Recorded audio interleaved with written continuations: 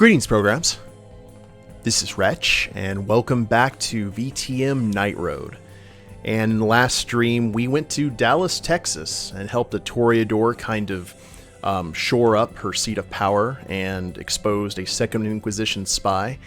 And that would have been fun enough, but now we are in a very tense situation because we are after Mouse, the Nosferatu possible Methuselah, or at least Elder, that is next to Tucson, and we have some interesting traveling companions with us because now we are traveling with Julian, our lovely friend Julian, and Prince Leto, who has some very strong suspicions that we diablerized his companion, which we did. So let's see what happens here. You dream of flying over the desert, matching lines on maps to sand-covered roads far below, the roar of engines and the smell of gasoline. Not dreams, memories. Ayla, stirring in your blood. When you wake up the next evening, Prince Leto is watching you from the armchair beside your cot, his pale eyes shining. He knows. The thought flashes through your brain. Wretch, he says. Before you became a courier. He was helping me keep Mouse under the sand, Julian says, stepping out of the shower in a cloud of steam. Distracted by Julian's banging around, Prince Leto drops his question. He casts a sympathetic glance your way as he crosses to the window and opens the metal levers installed to keep the light out. Leto peers outside. He's looking east again. You wonder if the beckoning, the mysterious call that's pulling all the elders to the Middle East, has touched him too. There appears to be a young woman outside prodding the remains of Modian with a stick, he says. Oh, thank God, Julian says. Food. That would be rude, Leto says. She's Wretch's retainer. Oh, right, the one who got away from Dr. Call, Julian says. Wretch, retrieve your servant. In 5 minutes, you and a nervous-looking Bonnie join a freshly coiffed Julian and the Eagle Prince around your Mercedes. I can feel him moving out there, Leto says, staring out to the south. He knows we're planning something. He knows I've wanted to destroy him for years. Well, you should have destroyed him before Wretch and me fed all those Mexicans to him, you prick, Julian says, fiddling with the zipper of his coverall. Bonnie, long familiar with the kindred tendency toward explosive rages, retreats behind her Fiat, but Leto ignores the insult. Julian, the Eagle Prince says, you will locate Mouse with the equipment Wretch brought. Once we find him, we will strike shortly before dawn. I have prepared a stake sufficient to pierce even his old hide. That easy, huh? Julian says. No, but your plan is ridiculous, convoluted, and dangerous, Julian says. And you have a better one? Absolutely, Julian says. We use Stonehenge to teleport him to Mesopotamia.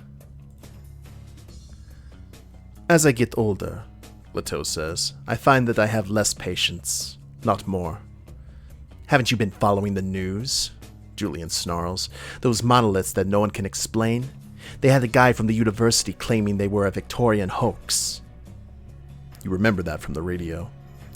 I know a great deal about the history of this land, Leto says. The pre-Columbian people here did not make stone henges. No, Julian says. The Sabbat did. Leto starts to bare his fangs. Elders don't like surprises, and they don't like games.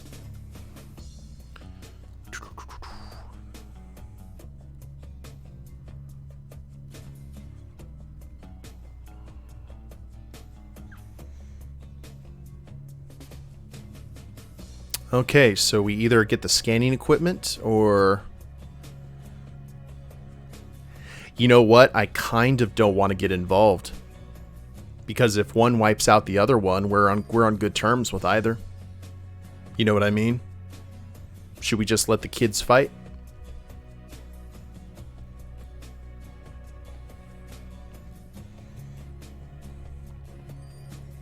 Oh yeah, still on the fence. I don't mind sitting back and watching mom and dad fight.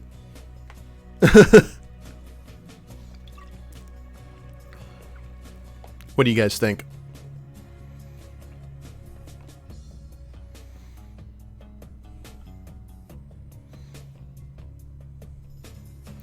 You know, I actually agree with you, Chris. I think that out of curiosity, I would be very curious about Stonehenge. You know what? I actually don't know if Wretch would know anything about the Sabbat. So I'm very curious to see what V5 has to say about them in a narrative sense. So let's go ahead and ask what they are. What the hell are the Sabbat? All I know is everyone said to be afraid of them, and now everyone says they're gone. A degenerate sect of vampires, Prince Leto says. The Sword of Cain, Julian says. They rejected their humanity and the primacy of the Masquerade, Leto says. Organized themselves into feral packs, ate the rituals of the church. The Oblerists. The word hits you like a shaft of sunlight. They had a sacred cause, to destroy the eldest vampires before they awoke and devoured their children, Julian says. The Camarilla saw only the ravening hordes, shock troops created to claim territory. The leaders of the sect were mystics and philosophers. And before the beckoning drew elders to the Middle East and encouraged the Sabbat to chase after them, Sabbat sorcerers were experimenting with kinds of blood sorcery that even the Tremere couldn't imagine. They understood how to connect two places. Go on, Leto says, eyes narrowed. They built something out in the desert, a copy of a place that's existed in the Middle East, forgotten for millennia, a fragment of a ruined city. The places are the same. Do you understand? The stones out there, Leto says, pointing out to the deep desert, and the stones of a city in the Middle East. Exactly, Julian says. And with a few words and a bit of blood, you can move between them, or move something between them. Like Reremouse. Why fight something that's half a god? Dump him on the Sabbat on the other side of the world. Let them deal with him. An interesting idea, Leto says. So you'll... No, Leto says. Wretch, please double-check the equipment. I want to leave in 15 minutes. Julian whines even as he's organizing the ground-penetrating radar equipment, which looks like a lawnmower with a tablet on top. Your scientific acumen means you handle calibration of the antenna along with Vani. You try to ignore how hungry you are. How hungry am I? Oh god. Leto, whose brain does not quite reach the radar age, just checks the extra gas cans while casually deflecting Julian's arguments. Finally, the prince holds up his hand and says, Enough. Your idea is interesting, but first we need to find Reremouse. And to find him, we need to make sure we are safe out in the desert. Why are you worried? Julian says. You can just sink into the dirt. I'm going to sink you into the dirt if you do not stop. You tune out the arguing. You've been thinking about that too. You might be away from the motel for more than one night. Vani brought plenty of food and water, but the desert sun will turn you to ash. It's about time to go.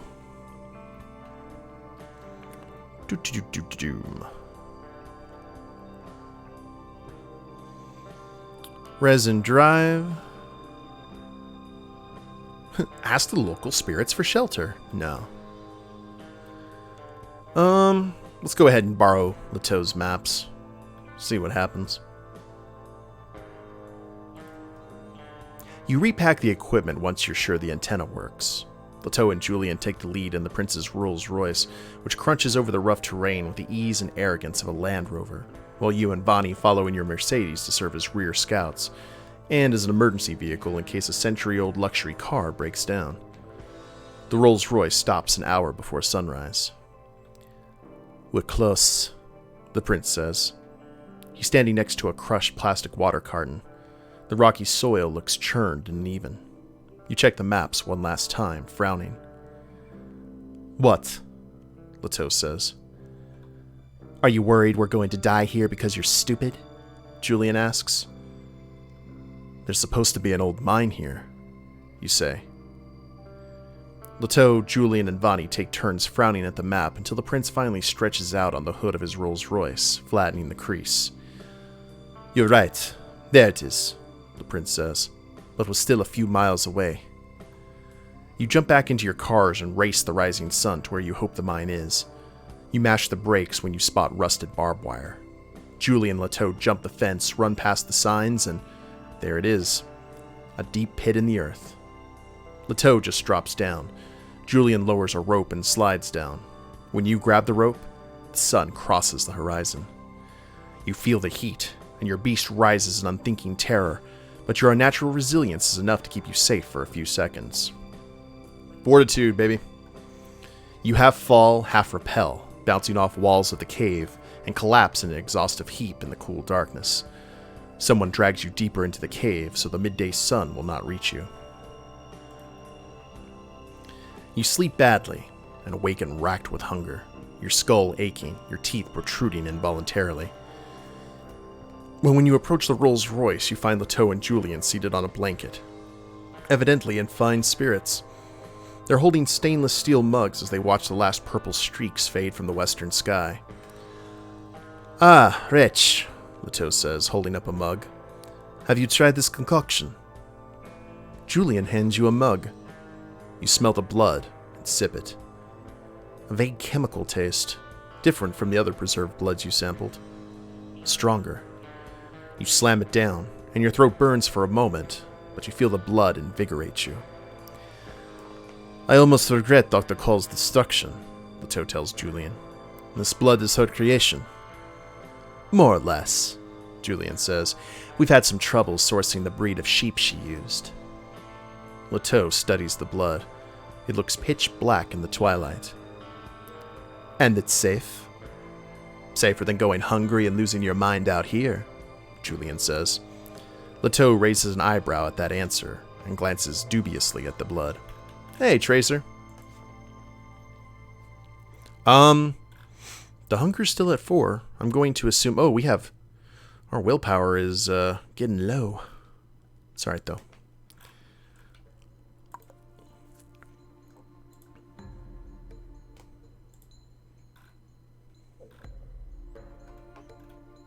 I didn't get any thirst.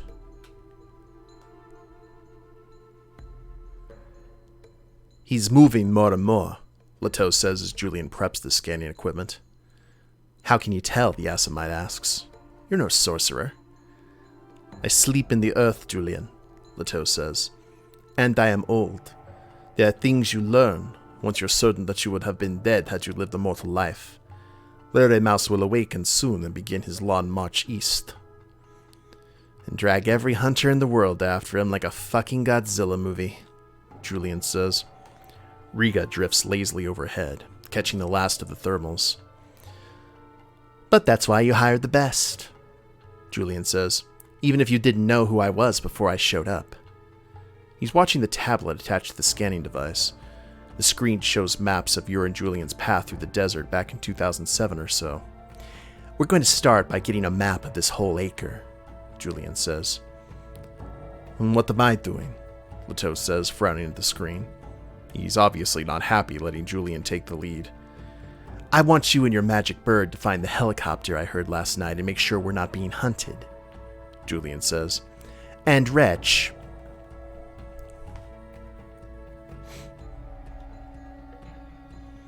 Dex and technology?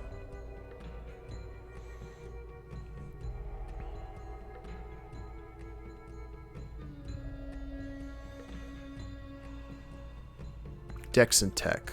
What do we got in Dex and tech? I think our mighty 4. Our mighty 4! Alright. Give me a second tablet so Vani and I can record data. We'll handle academic note-taking in real time, removing scanning errors and phantom images. Hey, Amaranth. Prince Leto heads up into the hills, following his eagle. Julian watches him go and then says, Vanny, move the Rolls-Royce next to Wretch's Mercedes. I don't want them spaced out. Bonnie shrugs and does as she's told. Then Julian turns to you and says, You know how you can exploit Leteau's delusions, right? What? Remember when Leteau asked you if I consumed Ayla? The Asmite says with a self-satisfied laugh.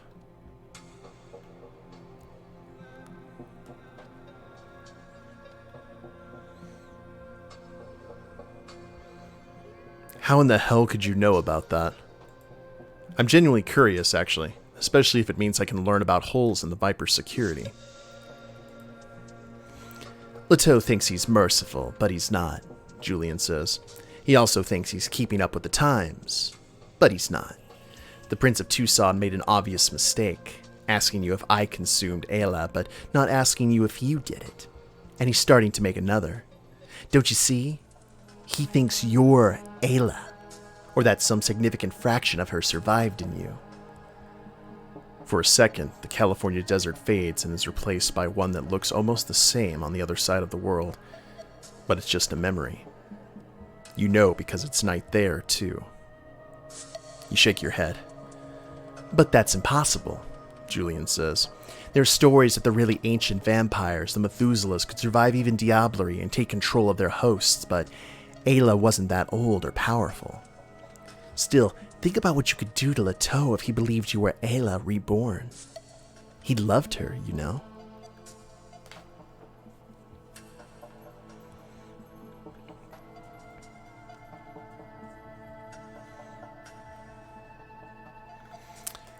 Are you recommending that I seduce the Prince of Tucson?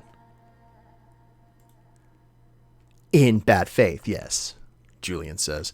And then we... He stops, and you hear helicopter blades. Don't move.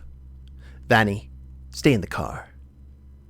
Julian closes his eyes, and you feel the power of his vitae, then nothing. He's using the same sort of power that hides the Viper's rooftop Elysium. The sound of the helicopter fades, and color drains from the cars, the desert, even the stars. The unmarked helicopter passes overhead. When it disappears behind a mesa, Julian relaxes and the stars come back out. We have work to do before Leteau gets back, he says. Julian gets you and Vonnie set up with extra devices, then signals for you to follow as he starts meticulously pushing the cart around the circuit. The idea is to scan the periphery and spiral in toward the center. But the work proves daunting. There's just too much data flowing in. You and Vonnie try to clean it up as well as you can, but the results are messy, and you accidentally remove some good data. Still, after several long hours of work, the three of you have put together a rough map of the ground beneath your feet. Riga drifts overhead, huge and black against the moon, a few minutes before Leteau reappears.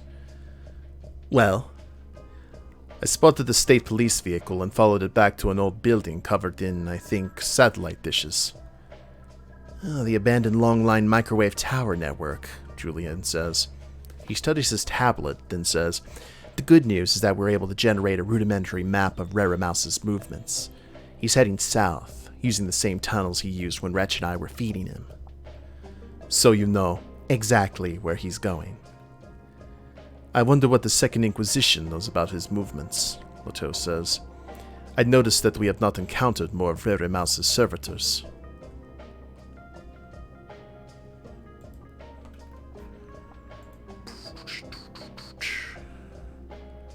Okay, we've got a hunger of 4 right now, guys. I think it is time.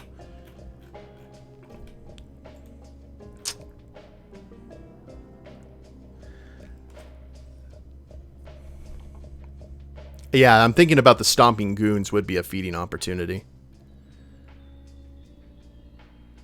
I'd love to stomp a few SI goons.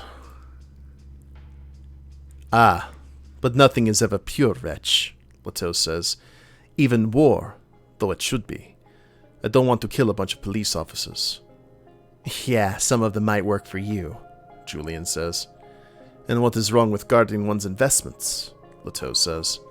Or we could actually do something clever and ambitious, Julian says. The Sabbat ruins are just a few miles away. He turns to you. I am, of course, offering blood and instruction as payment. Think of everything I could teach you, Wretch. You know that Julian is desperate to run this experiment, though you're not sure why. To prove his sorcerer's power to himself? or to rivals or other sorcerers. But Julian never does something for only one reason. You understand, Leto says, that I could simply insist that we do things my way. But a gentleman would never, Julian says.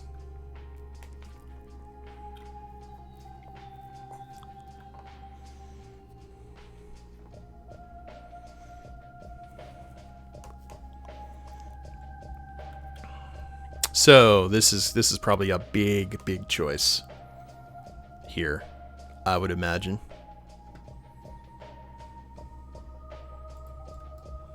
Here, give me one sec, guys.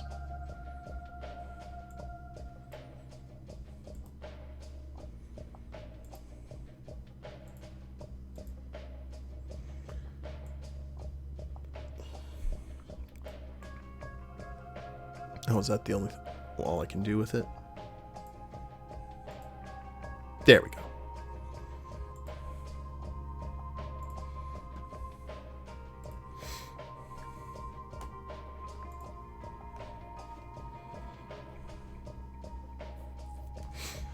Stomping Rere Mouse is safer, but think of the blood magic.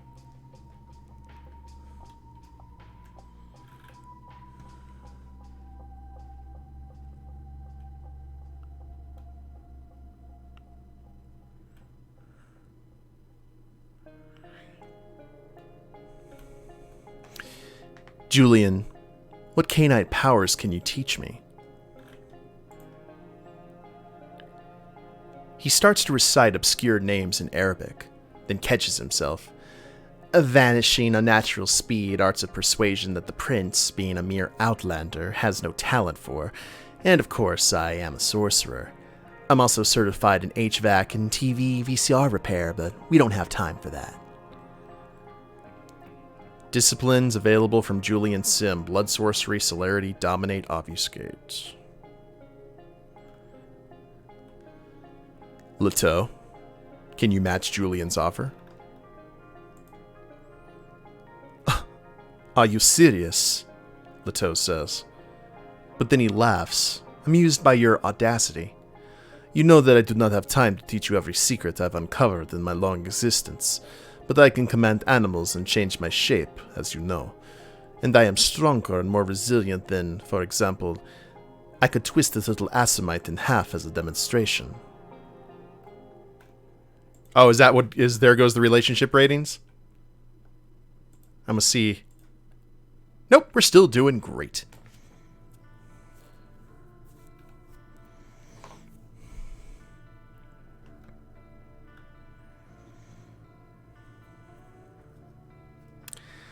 I don't think banishing him would be the right thing to do right now, especially if Diablerie is kind of where the direction that we're going to. If we drop Rere Mouse right into the middle of the Sabbat have a chance of overwhelming him and then Diablerizing him. And that would...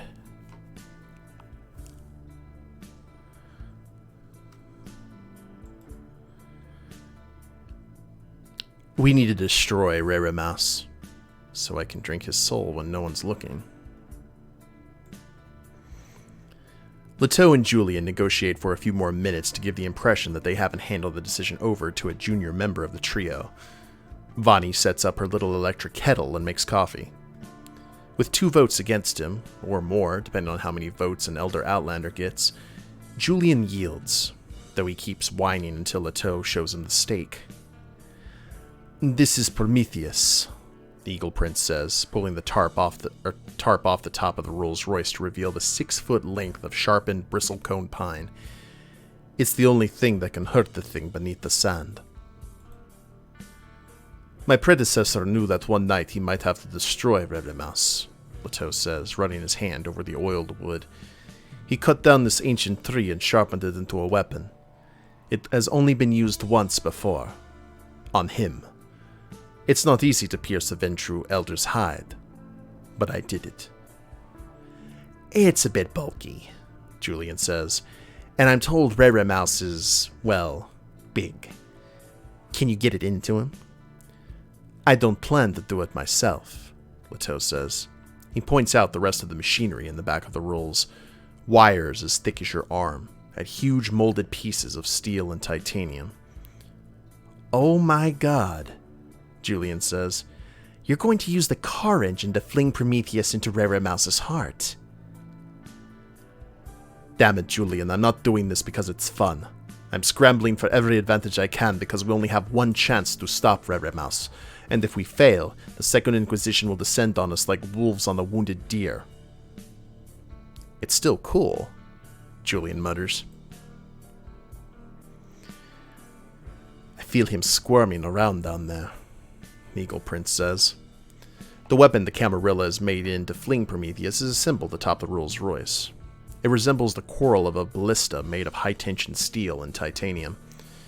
It's 2:18 a.m. Sun rises in 4 hours and 19 minutes.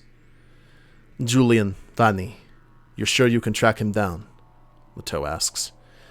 "He's south of here," Julian says. "From there we'll be able to spot his tunnels from the air." The sorcerer points up at Riga. "But what we really need to know is what we're doing when we're there." "Wretch and Vanni will go first with the new maps in his Mercedes and move us into position. Once we're close enough, I'll be able to feel Rere-Mouse. Julian, you will drive the rolls, and I will take the shot."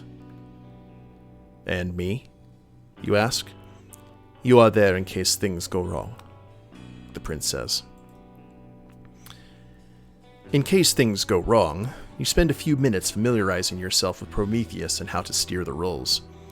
Then Vanni holds the tablet with the scans while you take the Mercedes into the deep desert. The Rolls-Royce follows, moving carefully with Prometheus atop it. One clutch shift and a rev of the engine will pull the ballista taut. You just hope it'll be enough. As you travel, I know that when things go wrong. As you travel, you spot an oddly regular shape against one of the rocky hills. It's a Buick SUV with its lights on. A figure, silhouetted against the stars, is setting up some kind of imaging equipment. Night vision goggles? You spot a Phoenix badge reflected in the light. That's the SI secret task force within the 111th Military Intelligence Brigade. You've encountered them before. They're looking for you, and you just don't have time to deal with a fight right now. Circling around will waste time, but if you keep going straight, they might notice your position. One other possibility is to take the Mercedes over some dangerously rough terrain. It's a straight path and won't slow you down much, though your Mercedes undercarriage won't like it. Riga swoops past overhead.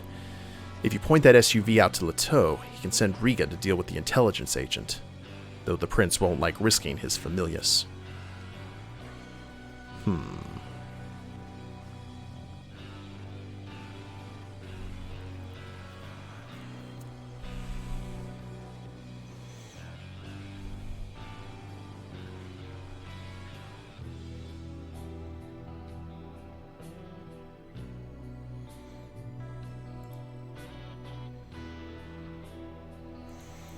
Well,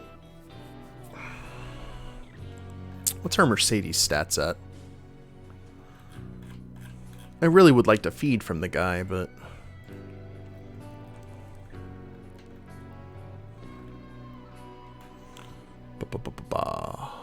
Durability's at 4. We'll give it a shot. I take my Mercedes over the rough terrain. I can fix the undercarriage later. You take the Mercedes over the jagged rocks, wincing with each crunch, but you don't think the agent will see you. The Rolls accelerates past you and takes the long way around the cover of the low hill. You pass signs warning, did we get down? Oh yeah, definitely the Jeep. The vehicle took damage. Just one though. Ah! It took 2. You pass signs warning about another abandoned mine and get into position a few minutes before the Leto's Rolls appears. Jagged hills rise to one side of this wide circle of sandy, rocky terrain, scraggly trees to the other. The sandy terrain here is chewed up and turned over. It smells like blood and bad meat. And you can feel something nearby. Something that's trapped in dreams or nightmares, screaming as it tries to wake all the way up. Bonnie feels whatever corruption lurks in this place and shivers, huddling into her UCLA sweater despite the warmth of the night air. The Rolls-Royce with its huge stake comes to a halt next to your Mercedes. Julian and Prince Leto step out.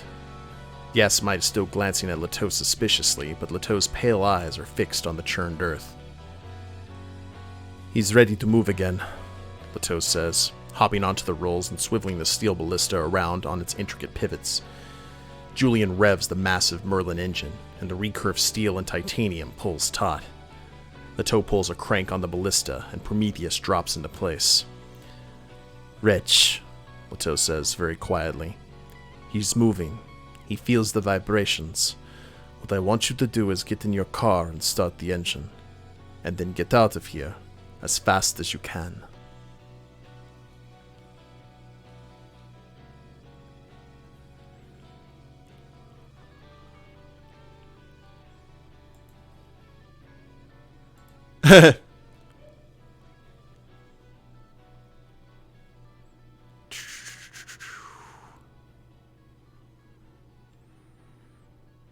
I'm wondering how if we can push our luck here.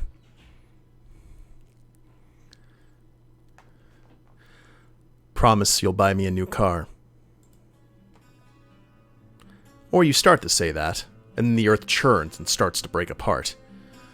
"Take the shot!" Julian shouts as a huge black skull rises from the earth. Leto swings Prometheus around. A hand explodes out of the desert, knocking you to the ground and ripping right through the door of the Rolls-Royce. Julian looks down, then frowns when he sees a hooked black talon driven all the way through his ribcage. "Leto, are you going to take the shot or not?" The impossibly long arm drags Julian from the car, ripping the door away. The round door knocks you to the ground as you try to get up again. You don't know where the Assamite ends up, but Leto falls off the back of the rolls, spitting curses in Polish and French. Then Rere Mouse rises out of the earth. Twice the size of a man, with bat-like ears and a head like a shattered and badly reassembled Neanderthal skull. He stands naked and filthy against the stars, his taloned hands streaked with blood. The situation quickly goes to shit. Leto tries to aim the crossbow again, but there's some kind of problem with the mechanism that controls its movements. He starts working on the mechanism instead. If Julian were still in the rolls, he could back the car up, giving Leto a better angle, but Julian is lying prone, his expression a mask of horror as he looks up at Rere Mouse. Bonnie stares open-mouthed and paralyzed at the elder Nosferatu. The only good news is she's behind Rere Mouse and he hasn't noticed her yet.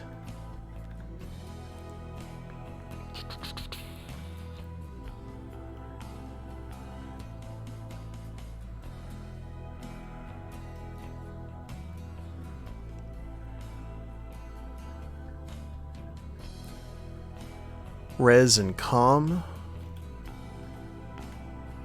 Res and calm.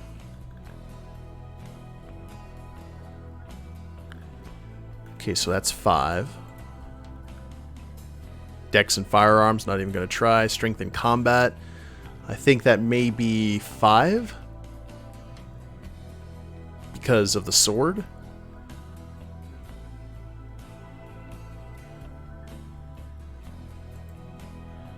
Ints and wits plus technology. So that would be 6, I would imagine. Yep. So that's our best shot statistically. And draw Rere Mouse's attention with manipulation and subterfuge. That's 4. Cavemen vampires? Can you define cavemen for me?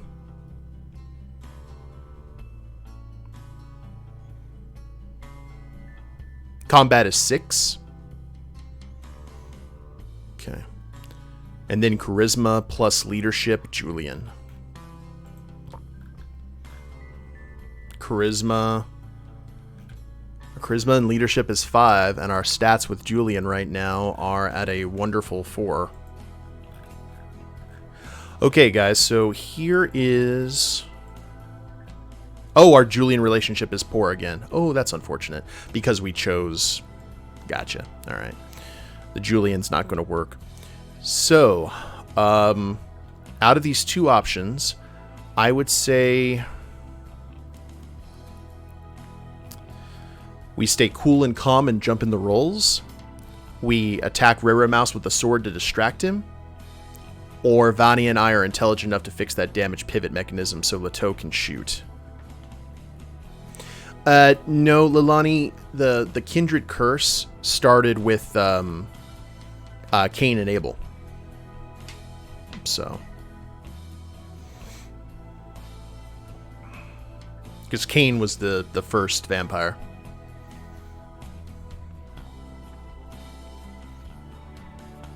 You drive?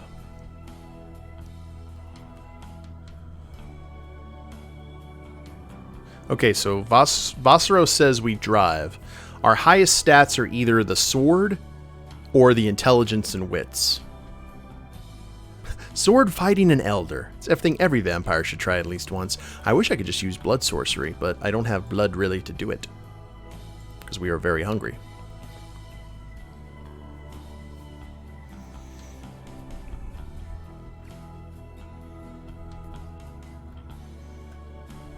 Should I just roll a dice, do you guys think?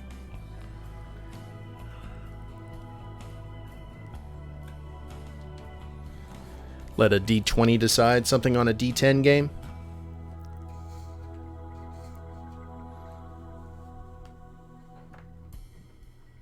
Kath likes the drive option as well.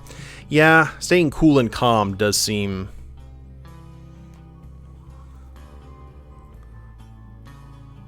What would a mouse droid do?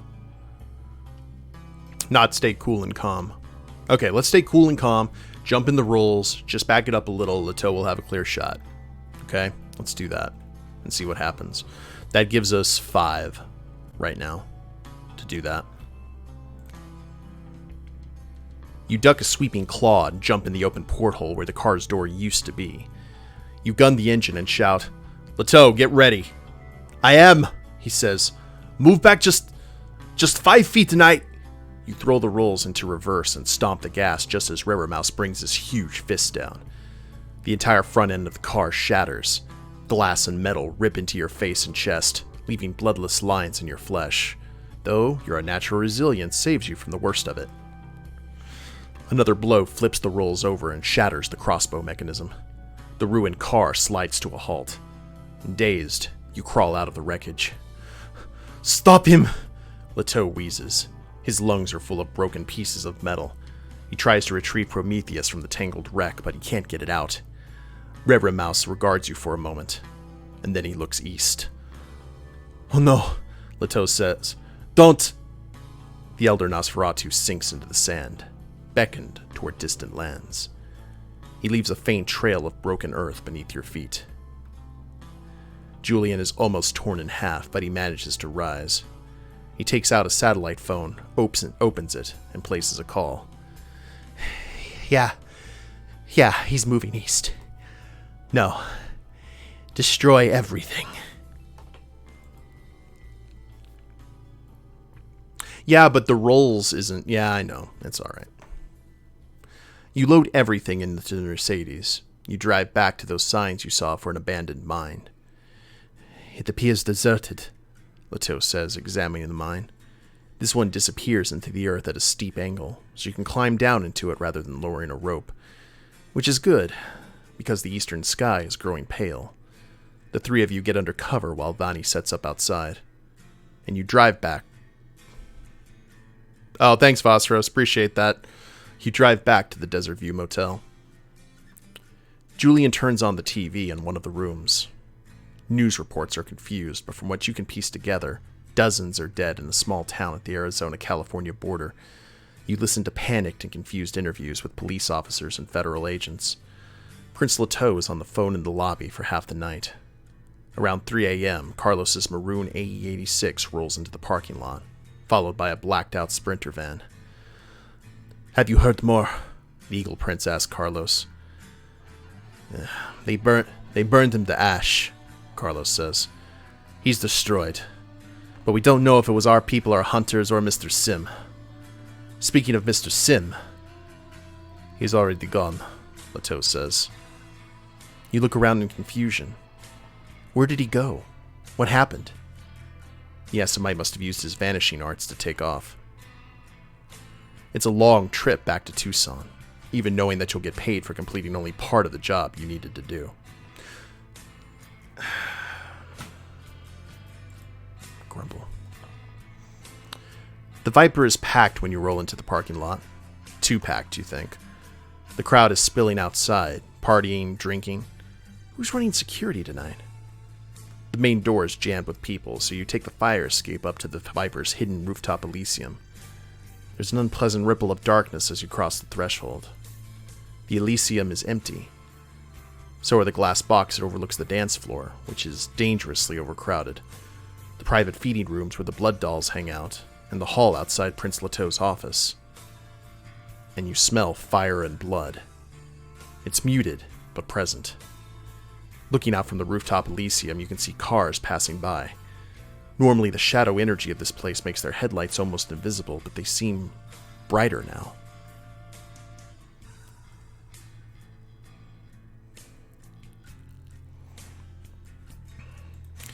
There's something wrong with the Elysium's occulting spell. I use my knowledge of the supernatural to find clues.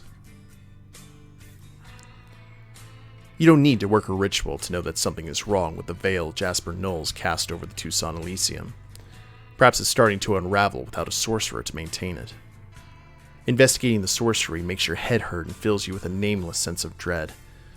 You overcome the eerie sensation with an act of will, and you realize what's odd on the roof. The shadows act strangely, not quite tracking the moon or the city lights. You follow a trail of disrupted shadows downstairs to their source. A strange dark wall outside Prince Leteau's office.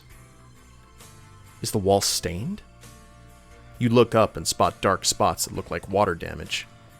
It does rain in Tucson. Every now and then. And it really does. I just gotta stop. Well, the thing about it is I just need to start paying attention to the stats and not anything else. That's all, Chris. And then it really looks like a stain dripping down the hall. But it's not water. It is, you realize, not even really there. The shadows woven into the Elysium upstairs are starting to unravel. Or drip. Or rot. Whatever's happening, these stains of darkness are dripping down to the lower levels, blurring your vision and senses. You peer through the blurry area and realize there's just a gate there. You've passed it before, but you can't quite see through it. So you carefully open the gate and peer inside. The smell of blood hits you before you can see anything. The room is a bare cement cube with a single table, like a lab bench, beneath a single watery yellow ceiling light. The far wall ends in another gate, this one larger and locked. You count 3 corpses on the floor, maybe more behind the gate, and Alexander. The old ghoul is lying on the far wall with an empty revolver, holding in his guts. It looks like he came through another door to your left, which is now locked. "Wretch," Alexander says, spitting blood. "He was here all along. Julian Sim. We kept looking for his headquarters. It was here. The same place, the..."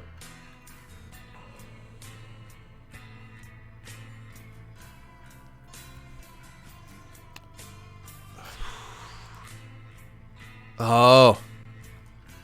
Our hunger's at 5.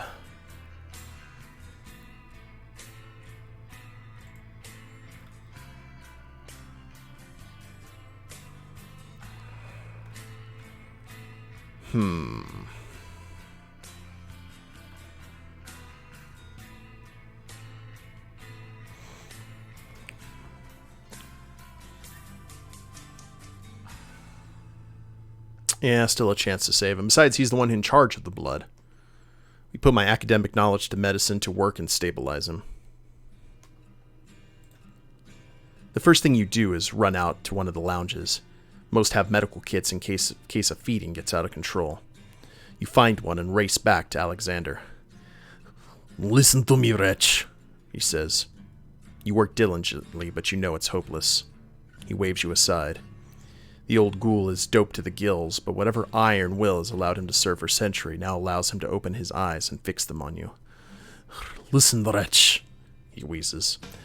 "We finally found where Julian Sim's headquarters were. They were here.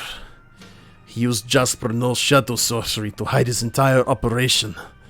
And when we found him, he just finished his 2100 program. That's why the fighting started. He tries to draw another breath to say more, and then gasps, wheezes, and slumps over dead. You run your hands under his jacket and find two interesting items.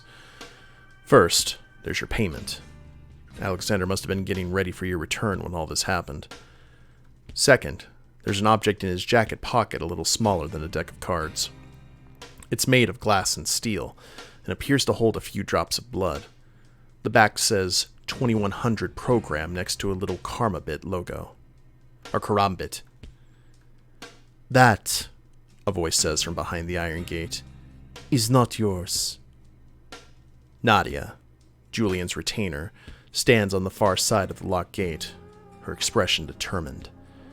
She's wearing all black except for poison green tudong. I trust you will be returning it to him.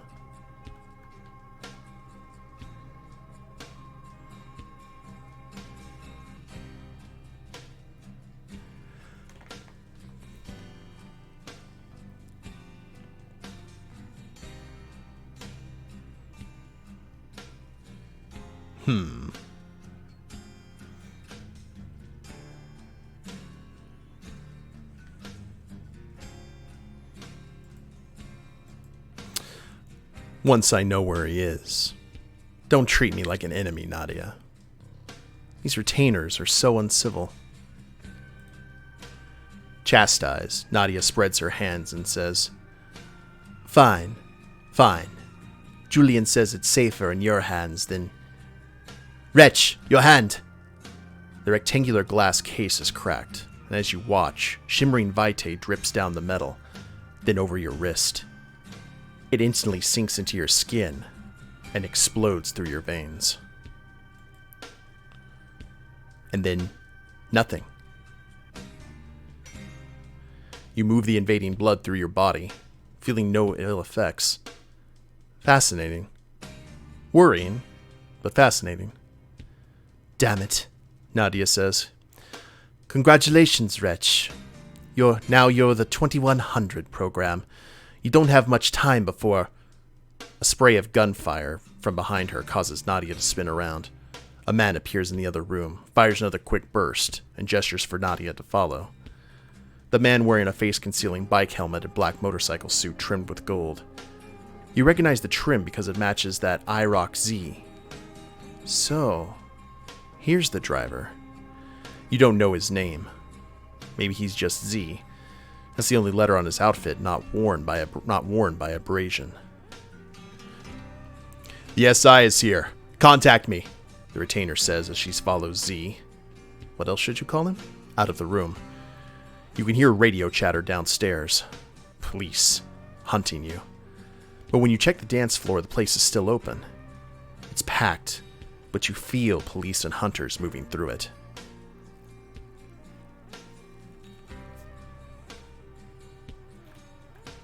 Show stats. Our hunger is at 1.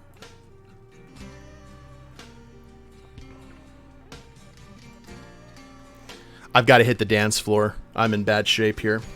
So things are starting to kick off here bad.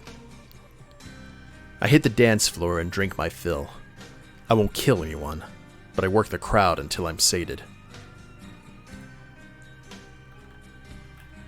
You repeat the trick until you're satisfied, and then head for your car. The main parking lot is crawling with plainclothes police. There are Buick Avenires parked across the street. You head for your Mercedes, then head back around the corner when you spot a police cruiser rolling through the lot. Hiding for a moment, you look back to the rear of the Viper and spot 3 rides you recognize. Dove's Chrysler 300, Carlos's AE86, and the Lotus's Spirit Turbo that belonged to Miguel, the retainer of Dove's who died at Kiowa Zeogenetics. The bad news is that a fight raged around them earlier. All have taken serious damage. The good news is all the shattered glass. Since they're older cars, you could just reach in and hotwire one. Whatever you do, you realize that you need to turn your thoughts not just to your considerable assets in Tucson, but to moving them. However, things shake out over the next few nights, and you doubt that you'll be able to stay in Tucson for much longer. That being the case, you need to make sure you have a good set of wheels. Check out the AE. This is Carlos's Corolla, as Prince Leto calls it, an aggressive little 80s hot hatch in maroon, extensively modded for increased performance. Despite the mods, it looks tough and well maintained, except for all the bullet holes. And its regular left-hand drive despite its inextricable links to Japanese racing culture. So you can go to a Wendy's drive-thru and not have a problem. That's nice. So, what is it? Return to game. Ba-ba-ba-ba-ba.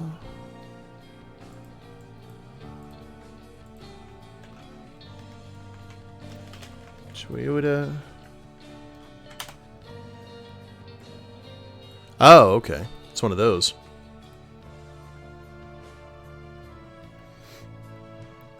So if we go to display capture here, that's the Toyota AE86.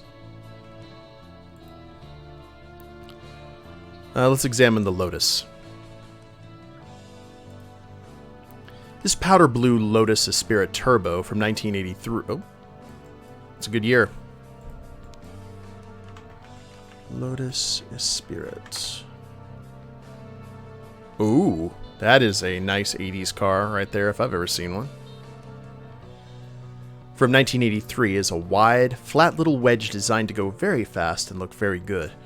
It does both of those things, despite the broken window from the recent fight. It's a bit fragile. Not as fragile as Miguel, its original owner, who died in Kiowa Genetics, but you don't want to plow this car into any gargoyles.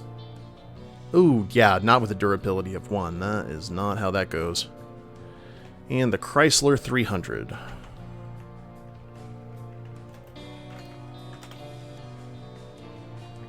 Now, that is a car for a Tremere.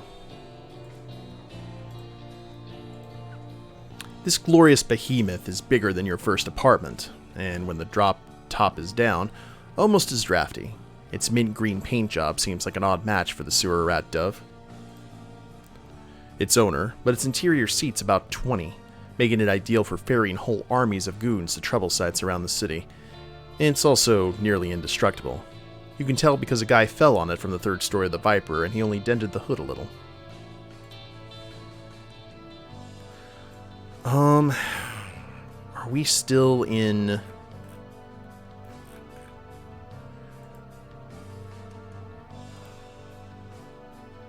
Man, I wish we could repair our car. I'm sticking with my Mercedes. I wait for the police to move and then jump in and get out.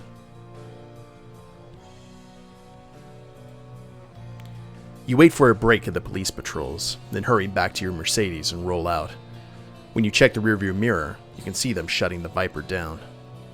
You think you've lost them as you roll down West Alameda Street, but as you turn onto North Granada, 4 black Avenires move to box you in.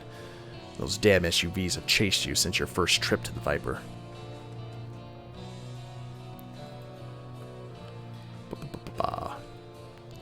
I use my knowledge of the streets to dart down a side road so no one knows about. I'm the smart one here, after all. You know where you are. You're about to cross West Franklin Street, where that impound lot is located. You take a hard right and dodge around traffic, leaving at least one Buick stranded, then flick the wheel when you see the Franklin Street impound, darting between its chain-link fence and a methadone clinic. You're so quick and clever that the SUVs never see your little trick, and they race right past and lose you. You hide for a better part of an hour, listening to police broadcasts and the local news, until you're sure that the action has been confined to the Viper. You drive toward the penthouse, circling the high-rise a few times and watching for signs of hunter activity. Doesn't look like they've found you yet. You return to your penthouse and park the Mercedes. Where to tonight? Fine motor skills. For the love of God, fix my car.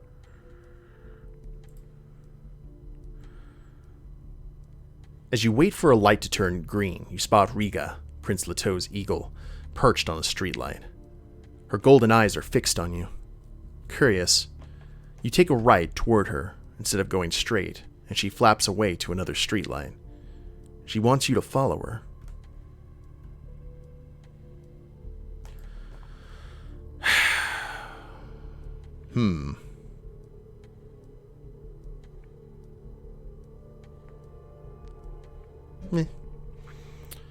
It's nothing but problems with these Camarilla types. Should I take my time? Oh, okay. She'll have to wait. I have errands to run. Riga flaps away when she realizes you're not following her, but you expect she'll be back. You return to fine motor skills, explain to the young woman in the tudung that you're not here to pick up chicken rice, and roll into the garage. I want to repair my car. The old mechanic explains that the total repair bill will be $803. Do you make the repairs? Oh, Lord, yes. Let's say we head to Tahiti.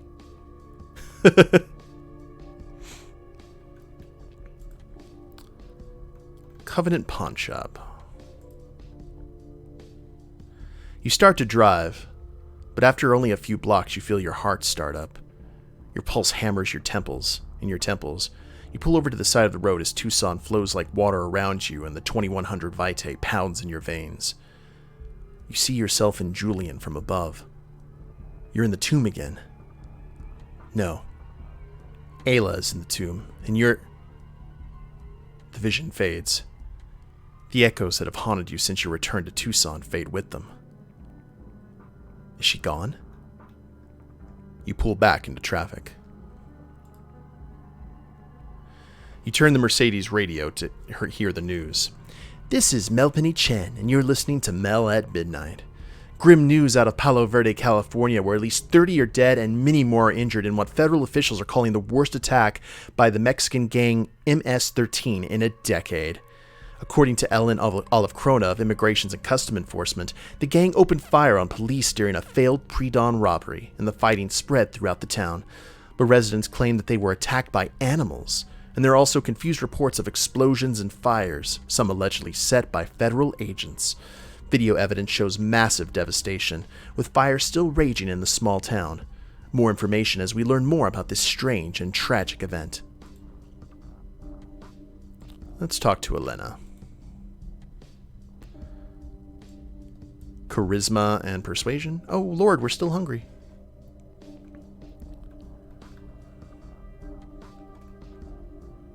We still got a 4. I mean, we can give it a shot. Let's flirt with Elena and try and feel out some kind of alliance.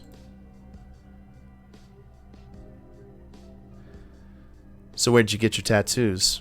You ask, touching her wrist where the last spiral of biomechanical tail is visible. Look with your eyes, she says, pulling her jacket down. And I'm not the merchandise. Buy something or get out.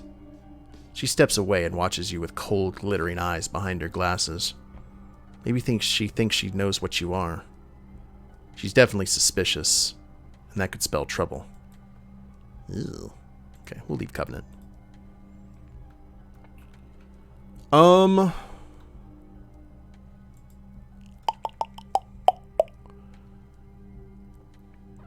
Without Alexander, how can I feed in Tucson? With Alexander dead and the Viper shut down, blood is more difficult to come by, but you were able to find blood your first night in Tucson this year. And you can do it again.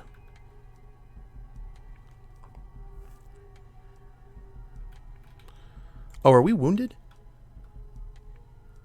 Oh, we are injured. No! That's not good.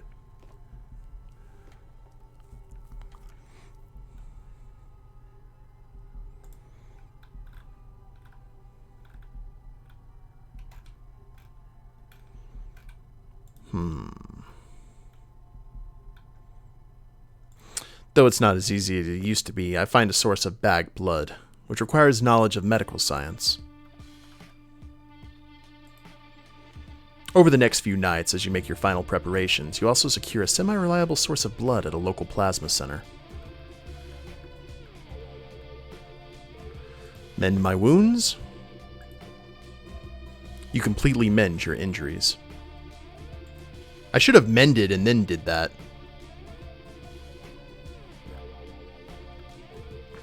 Alright.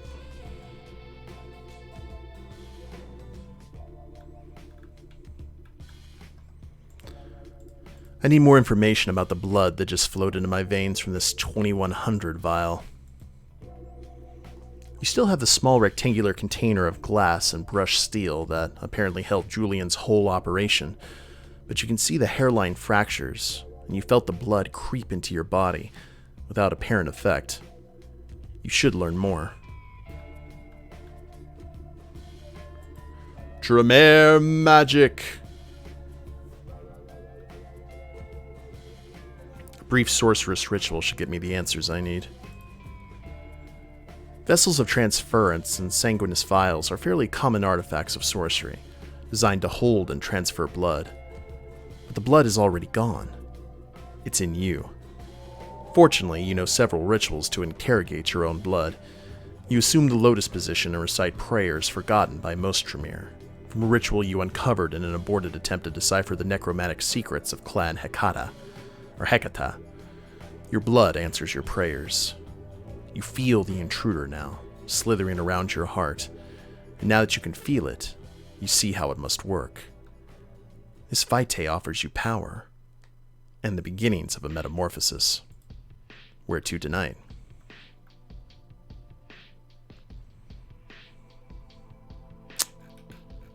Yes, we do have XP to burn, for sure. Let's go into the penthouse. 13!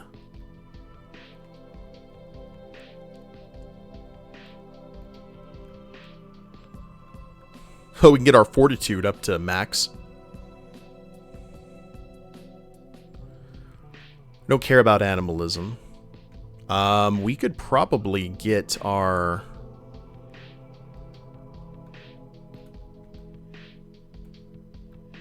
Where do we get our willpower up, though, is the thing.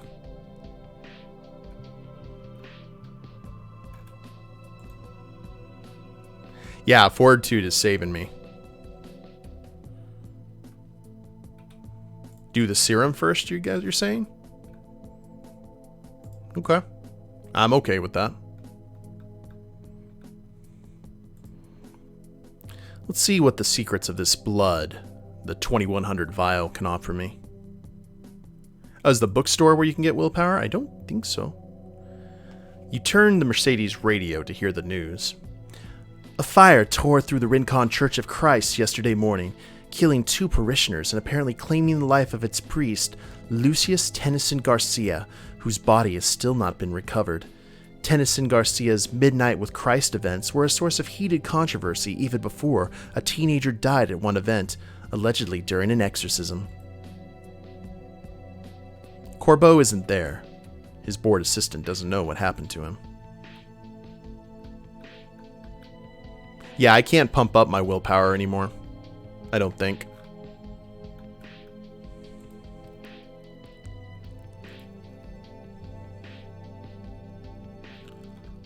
Okay, let's unlock the secrets. You make yourself as comfortable as you can in your penthouse and listen to the strange way the alien vitae moves through your veins. It seems to be carving out new channels in your body. Whatever Julian has invented, it's strange, powerful, and experimental. And you feel how it can unlock new techniques and powers.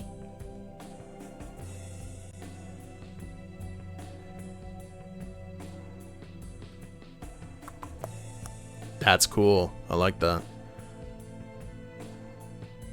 Increase blood.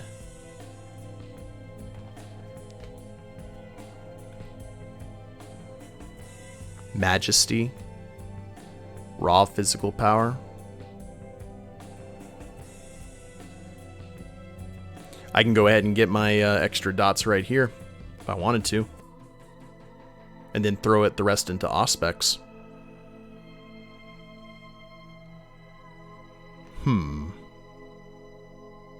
Also, each thing you pick will wound you. That's the downside. Oh.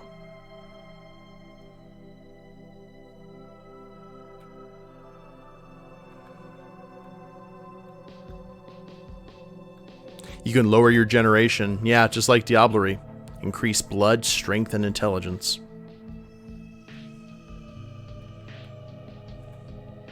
I think we should get Invincible Resilience. That'll give us Fortitude, Resolve, and Stamina, and then I can throw everything into Auspex. And then we'll have Auspex 3 blood magic 3 with fortitude 3? Like, that's disgusting.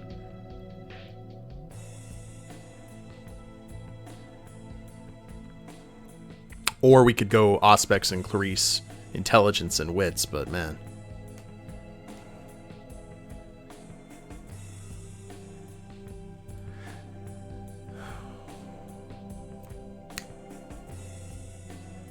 Lower gen and resilience would be your picks, David. I just want to use one, really. Because I don't want to injure myself too bad. Yeah, let's do Secrets of Invincible Resilience. I can do 2? Oh. Alright, well, let's do this. Let's get Resilience going. Use Forbidden Science. Your inner flesh burns and blisters as the alien vitae rips through your body like a lightning strike, tearing open new pathways for your blood. You grit your teeth and hold on as faces assail you. Banu Hakim of 5 centuries past. Leto was an aviator during the Great War. Jasper Knowles arguing with a mortal sorcerer in the 90s. Your own face, blocking out the ceiling of a warehouse somewhere in Tucson. Your fangs. Fragments of Ayla's memories. You shake them away, as you so many times since your return to this city. And then not memories, but the future.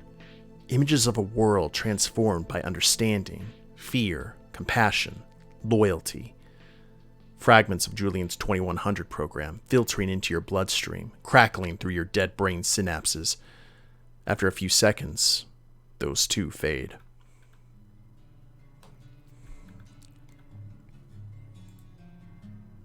So we can do this twice. I think we should go ahead and lower our gen. Make ourselves a little bit more closer to Cain. You guys think so?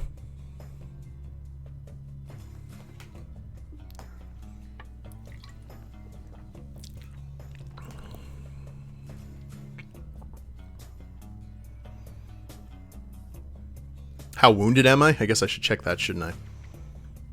Do it. Oh, okay. I'm injured and suffered aggravated damage. That's not good. Okay. Never mind.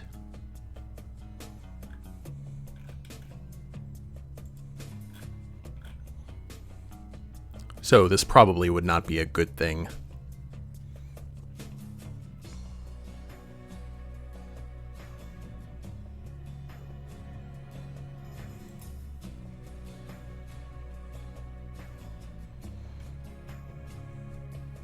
Okay, I'm going to stop manipulating the Vita. Kath says do it. God. Do you guys actually want me to do it? 1 dot, though.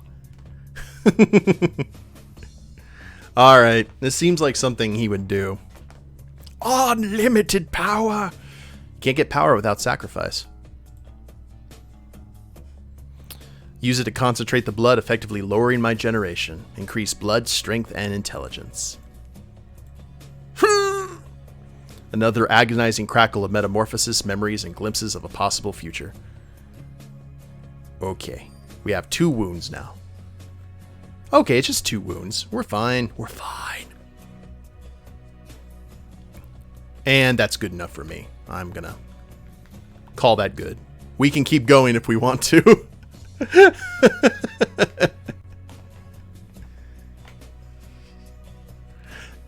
The only other one I would consider would be power and domination, to give myself that extra dot of dominate, manipulation, and resolve. That's the only thing I would consider doing. Ready, player 1. Basehead, thank you very much for that, host. I appreciate you. I think that's good, though. Yeah, we'll stop manipulating. You've had enough pain and enough memories. You rise with steam pouring off your back.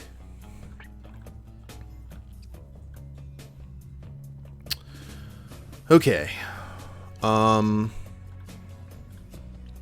Let us unlock further secrets of the blood. You have 17, so let's get Auspex of 2. Auspex of 4. And Auspex of 6. Maxed out Auspex, Blood Sorcery, and Fortitude. That is nice. The dark side of the Force is the pathway to many abilities some would consider to be unnatural.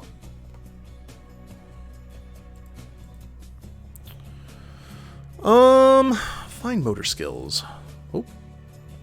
You turn the Mercedes radio to hear the news. Tucson police have arrested over 40 people at the Viper nightclub in the Tucson Presidio district last night, charging them with everything from assault to fraud and racketeering. The popular and scandal-plagued nightclub has been shut down until a complete investigation has been conducted. Listeners, you know I'm a party girl, so believe me when I say good riddance to bad clubs. That place was crooked from bottom to... from the root... That place was bad news. Hey, Akuka-san.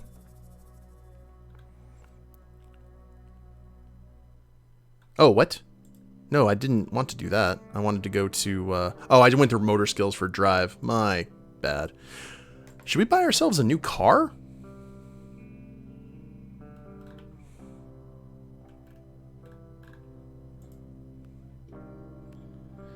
Three people are dead in Rincon Heights after the roof of an apartment complex collapsed early yesterday afternoon.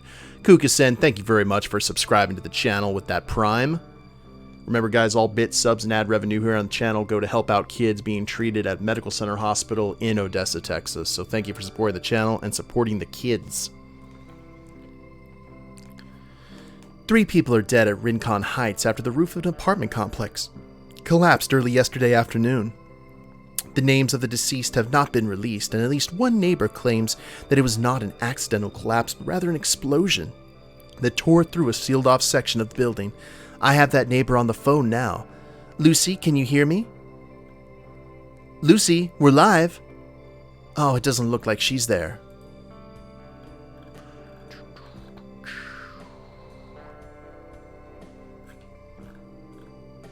Oh, we can get everything if we sell the Mercedes except for the BMW. Curses. Blast and damn.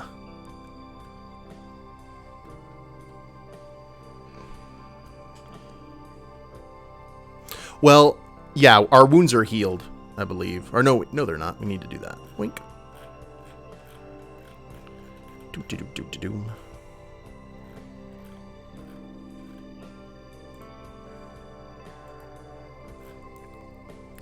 I focus my blood and willpower to mend the aggravated damage I've suffered. You remain seated for an entire night, concentrating as you force your vitae to flow through your ravaged skin. Fixing this kind of damage is much harder than closing up cuts or snapping together broken bones, and much more painful. When the work is done, you're shivering with exhaustion. Then you shower off and crawl into bed before dawn. Ooh, our hunger is at 4. And we're still injured. Ugh.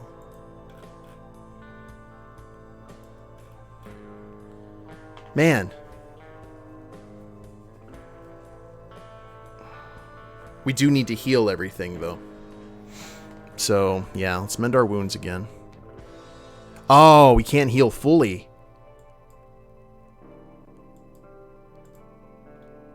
Man. Bring me my Capri Suns! I don't have the ability to feed now, though, unfortunately. They're not giving me that opportunity. So what do you think, guys? Should we have to go in with 2 things of damage? I mean, we've got the fortitude. We should be in good shape. I still want to be able to use at least 1 discipline in a pinch if I need to. Bonnie's laboratory. Oh. Camarilla della Passiglia, wealthy benefactor of the Tucson art scene and director of East Asian Studies at the University of Arizona, died suddenly last night after a brief battle with pancreatic cancer. Scandal rocked his early career after a rival scholar claimed that several Chinese and Mongolian artifacts came to her possession through her husband's mafia ties, but after the sudden death of her husband and several other people involved in the alleged scandal. Yes, listeners, that's weird. Yes, she was obviously mobbed up, and I can say now that because slander laws don't apply to the dead. Della Passiglia cleared her name and established herself as the forefront expert on Chinese secret societies during the Opium Wars. Chiara della Passiglia leaves only a single living relative, her niece Gilia della Pasiglia, who recently moved into her aunt's Miracle Manor estate and who is also a notable collector of East Asian studies. Heal 1 and... okay. Let's do that then. Oh my lord. A medical scandal has rocked all of Arizona this past week as Roadrunner Pharmaceuticals, which supplied blood plasma to several hospitals in Phoenix, Tucson, and Santa Fe, has vanished overnight. Last Tuesday, the directors of several local hospitals reported that shipments of plasma suddenly stopped, leading to a frantic search for the culprit. And here's where it gets weird, listeners. The entire operation is just gone. We're talking big empty warehouses. Trucks are missing. Everyone involved deleted their LinkedIn and Facebook profiles. This radio host explanation? They all fell into that desert Stonehenge. And, I don't know, went back in time to fight dinosaurs. It makes as much sense as the official explanation, which is so ridiculous I won't even waste your time reading it. Okay, maybe some other time. Okay, mend wounds. We'll mend 1 wound. And how much XP do we have left? What do we want? What do we want? What do we want? We might have enough to pump up our decks. 3.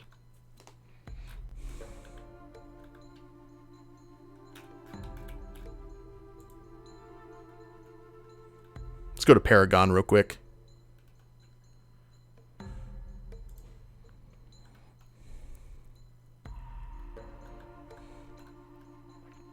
We may have to get... No, what do we need for stealth?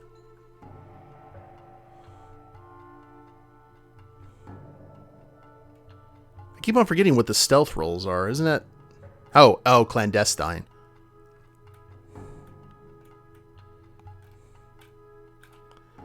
Ooh. Leave Paragon Fitness. Hey, Moonian. I think we do need to learn a little bit of clandestine. I'm okay with this.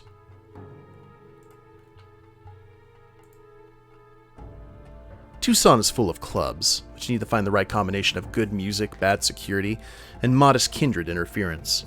At first you're unimpressed by what the city offers beyond the Viper, but then you find a place north of the university that feels right. The Snapdragon is less glamorous than the Viper, with less electronica and more rock and old-school hip-hop, and it caters to an older, harder clientele.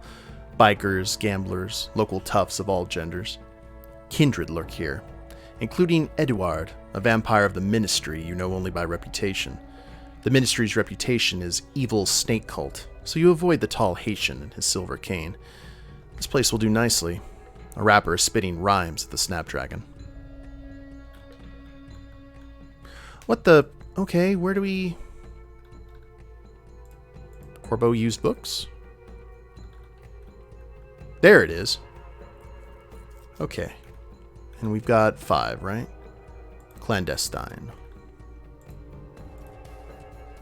And that gives us 2 points left. And then if we go into Paragon again...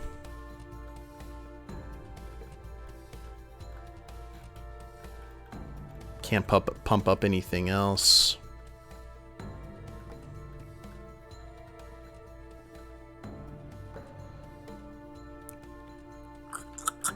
Well, you know what we need to do? We need to,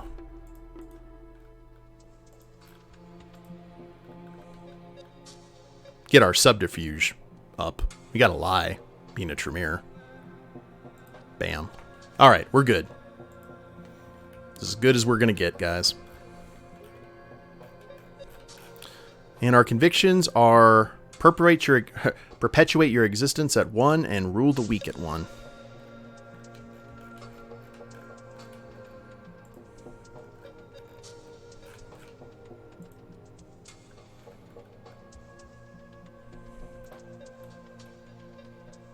Alright, wait for Riga to appear and follow.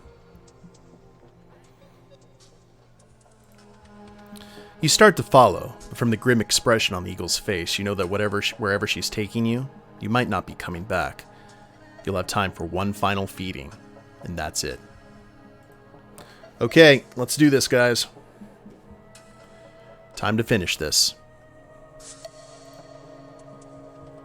Chapter 11, The Road. December 18th, sunrise, 7:16 a.m. It's not changing my hunger. My hunger's still at 4. Unless they're letting me do it now.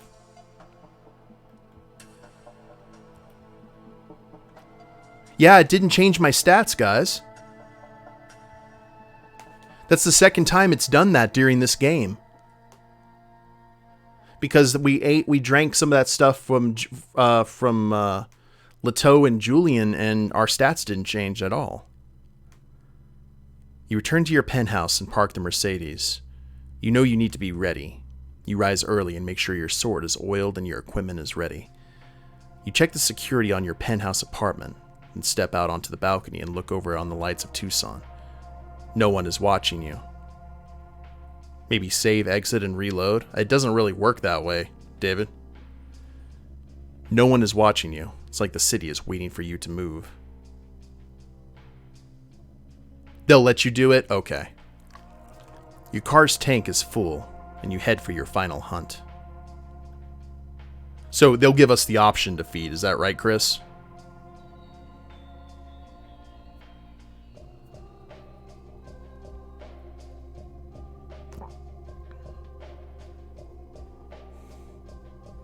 Want to double check that.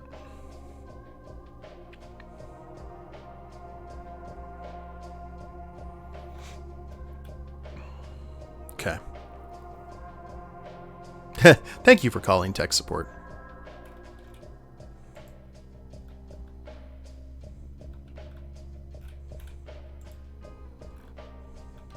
So, we choose the Camarilla.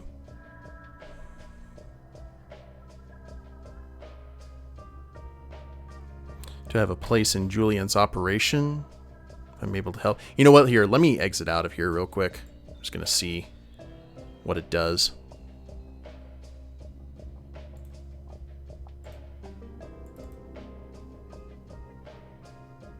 Oh, if I actually want to kill. Oh, I see, I see. Okay.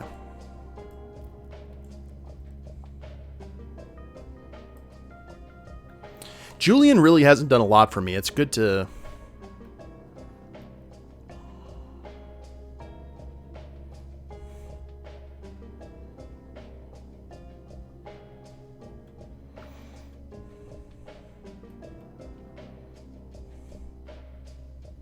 So we have a choice of stopping them all with the SI.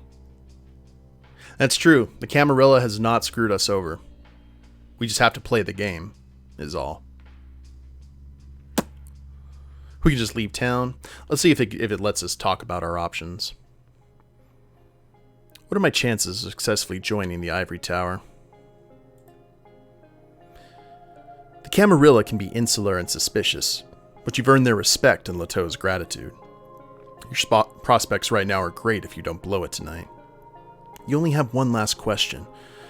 Knowing that the SI plans to end Kindred presence in Tucson soon, how determined are you to seek blood? Are you desperate enough to draw their attention? Or are you willing to let a hunt slip through your fingers and avoid drawing notice?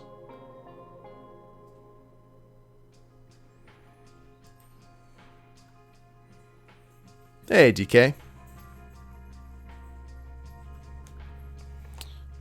I'm not going to let hunters shape my behavior. I feed as I always do. Carefully, but with decisiveness. Once you're sure you're not being tailed, you head to the plasma center you've been using the past few nights. There's a beat up old Volvo station wagon crossed across the street. The man in the driver's seat is watching the side entrance. Hunters. You drive off. There's another place across town, a distribution hub for most of the local hospitals, and it looks clear. Your medical knowledge lets you walk into the clinic without drawing immediate attention. You wait for someone to open the vault door, then take what you need. You're feeling confident until you get back to your Mercedes, when you notice a black Buick SUV at the Jack-in-the-Box across the street. The driver is pulling through the drive-in, which means you and the SI hunter missed each other by about 30 seconds. You get out of there before they find you.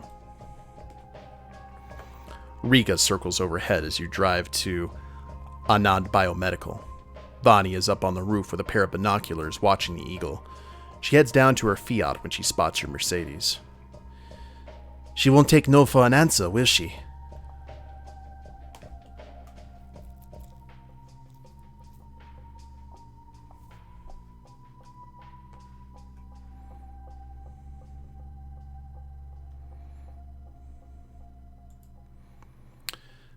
Let's get ready. I want you to follow me as I follow Riga. I'll signal you if there's trouble. Vani nods grimly and opens the hatch of her Fiat. It's full of supplies in case you both need to make a run for it. She checks everything one last time, slams the hatch, and says, "Let's go!" The Fiat engine grumbles to life as you head for your Mercedes and start following Riga. Vani's lemon yellow car hangs back, following you as you follow the Eagle. The Eagle drifts over high rises and low residential housing, moving generally east. You're way up in Limberlost, near the mall and the Walmart, when Riga settles on the roof of a Safeway. You reverse into the parking lot in case you need to get out fast and scan the cars at the pumps. It looks quiet, and then you hear a faint ringing. The payphone next to the ice merchandiser is ringing. Vani is waiting in her Fiat across the street, outside a mall entrance. The phone continues to ring, and Riga is still watching you. And you answer the phone. "You're finally here. Thank you, Wretch. Listen, you're in terrible danger." It's Prince Leteau. "The SI wants the 2100 vial, and they'll destroy you to get it. Where is it?"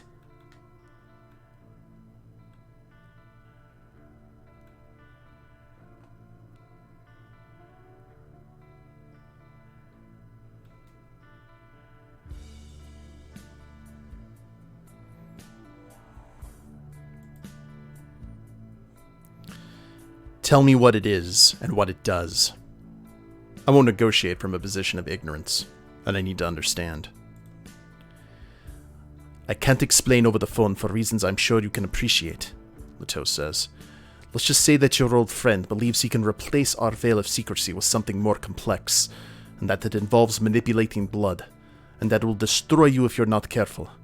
But there's still time for us to work together and stop his doomed plan. Follow Riga, and don't worry if you're tailed. We're going to deal with the SI, and then we'll figure out what to do with the 2100 vial. Good luck, Wretch." He hangs up. The moment the receiver is back on the hook, the phone rings again. Leteau's offer sounds sincere, and his reactions to you have been strangely friendly, perhaps even over-familiar, possibly due to the echoes of Ayla still in your bloodstream.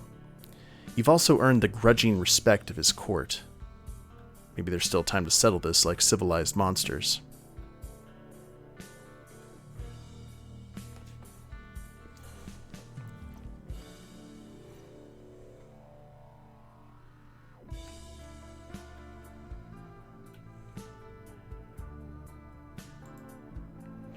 Thing about it is that Julian, I am going to listen to him.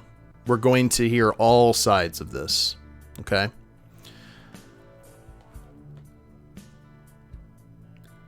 I'm not sure Julian's plan is sane or even possible, but if it's him, I owe it to an old friend to listen. I pick up. "Hello, Wretch," Julian says. "First, I need to apologize. Second, we need to do something about that vitae in your bloodstream."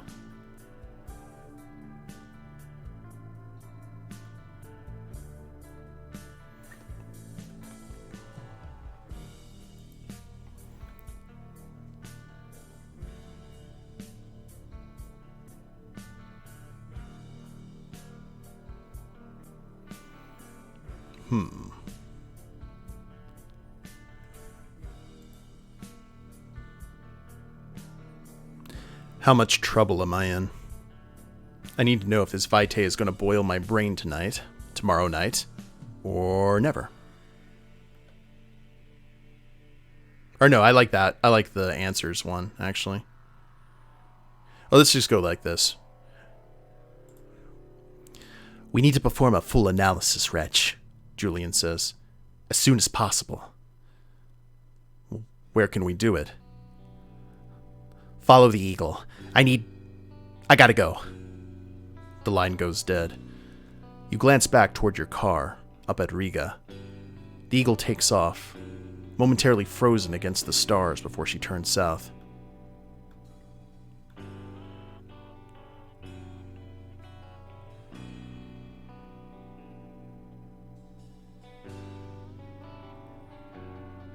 Manipulation plus subterfuge? Ooh, it's at 5. What do you think we should do, guys? Call Agent Donati and give her bad intel so the hunters are least likely to follow us? We've got a 5 on it. Don't think we can pull off the bad suit, though. Or our nice suit's going to give us any kind of buff for that. Yay, it's not a 4.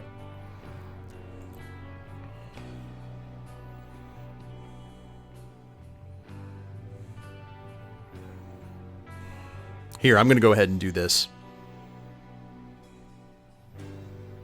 I call Agent Donati and give her bad intel so hunters are less likely to follow me.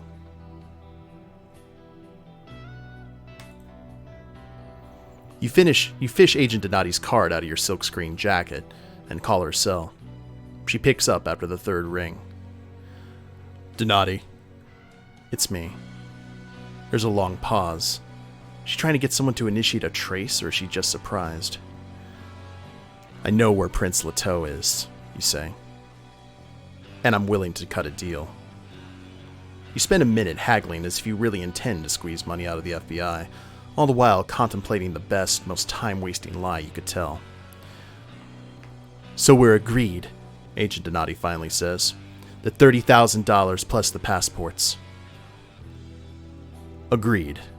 You say. You've been on the phone too long. Oh, man. You've been on the phone. It's time to say your piece and get back on the road. He's still at the Viper. What? You haven't noticed the invisible rooms, you say? He's still there and... Don't waste my fucking time, Wretch, Donati says. She hangs up. Damn. And you're almost telling the truth, too. So I think for a lot of these roles now, we need to have 6. You get back in your Mercedes to follow Riga. You roll out of the parking lot, still scanning for pursuit. The only person you can see following you is Vani, and she hangs way back. Riga circles lazily a few times, and heads south down North Oracle Road. A wide, divided highway choked with cars even at this hour. You know where Riga's taking you. Your heart starts to beat again as you drive, a frantic staccato rhythm. When the moon rises over the low buildings to your east, it seems so bright it washes out the headlights of oncoming cars. You feel the desert under your heels, or some other desert. Ayla is growing stronger, and you know why. Riga is taking you to her tomb. Leto has to know what you did.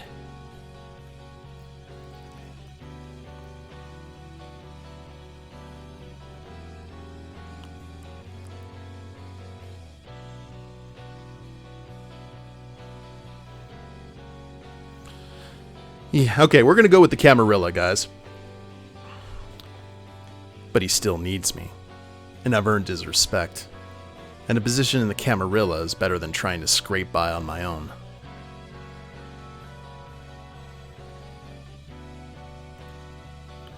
Wrapped in dark thoughts, you turn off the main street, past a little computer repair store marked with a karambit, until you reach the intersection of North Acuna and West Calle Granillo. Riga settles on a nearby warehouse. You can feel the weight of your own memories as you step out of your Mercedes and scan the dark street for signs of a coming attack.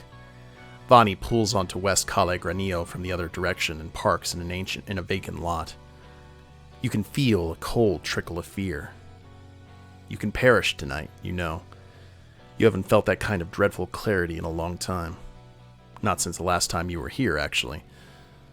The computer shop is locked up, but there's some odd cars in the lot behind it. You know cars, but it takes a second to recognize the Hispano Suiza Carmen and the FSO Serena. The former is a sleek electric throwback in gleaming silver, like something out of a forgotten future.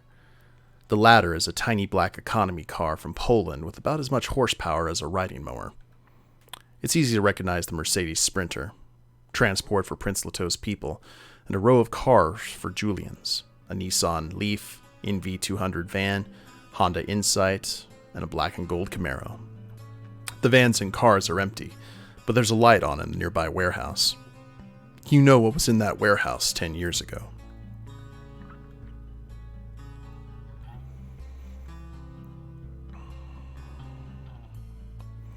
I gesture for Vani to stay back. I don't want her walking into trouble just yet. Oh!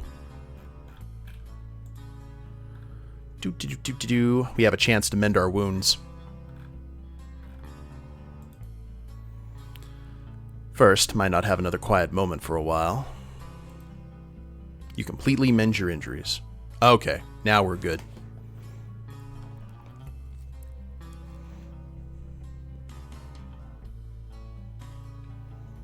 Gesture for Vani to stay back. It's just a quick gesture. You hope it's enough to convince Vani not to do anything heroic. Until you need her heroism, that is. Wretch, Prince Leto calls from inside the warehouse. Why don't you come inside and tell me what you did here 10 years ago? The inside has changed. The warehouse shows signs of recent mundane activity, though it's empty once again. Julian sits at the main table. He's wearing a semi-transparent plastic raincoat with neon trim over a t-shirt that says Casa Grande, Arizona, designed like the old Teenage Mutant Ninja Turtles logo. His expression when you appear is carefully neutral. Your relationship with Julian over the years has certainly been complicated, but you're not sure how he'll react to what you do next. Behind Julian, several retainers and servitors, including Nadia, another retainer you don't know who looks like a legal counsel, as well as the helmeted driver of the IROC Z outside. You listen in on Julian's retainers, but they only call him Z. Leto stands with his back to Julian, an expression of calculated arrogance, staring east at a blank wall. He glances your way when you enter. It's dangerous to try reading the expressions of an elder, but he seems to like and trust you. The Prince of Tucson doesn't look like he's dressed to fight. He's in a white linen suit, a Panama hat held in one hand. You recognize a few of Leto's ghouls from the Viper, but no other kindred. No Dove. Or the children of the old prince. There are folding chairs for you, Leto, and Julian.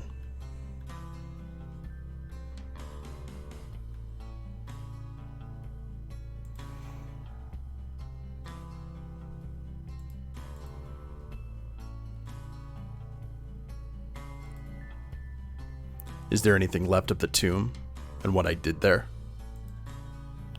The room is completely transformed. The reinforced doors are gone, and the central tomb structure where Ayla lay, sunken into the earth, is now a blank stretch of concrete floor to your immediate left. It's all gone, all transformed. You don't want to look guilty in front of the prince, so you cross to the table and sit. Leto crosses the room and settles into one of the cheap metal chairs.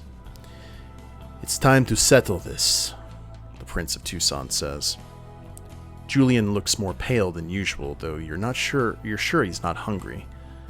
Leto flashes one of his friendly smiles, leans towards you and says, Julian here thinks I'm going to bite his head off. He does not entirely believe that I want to settle this with the discussion.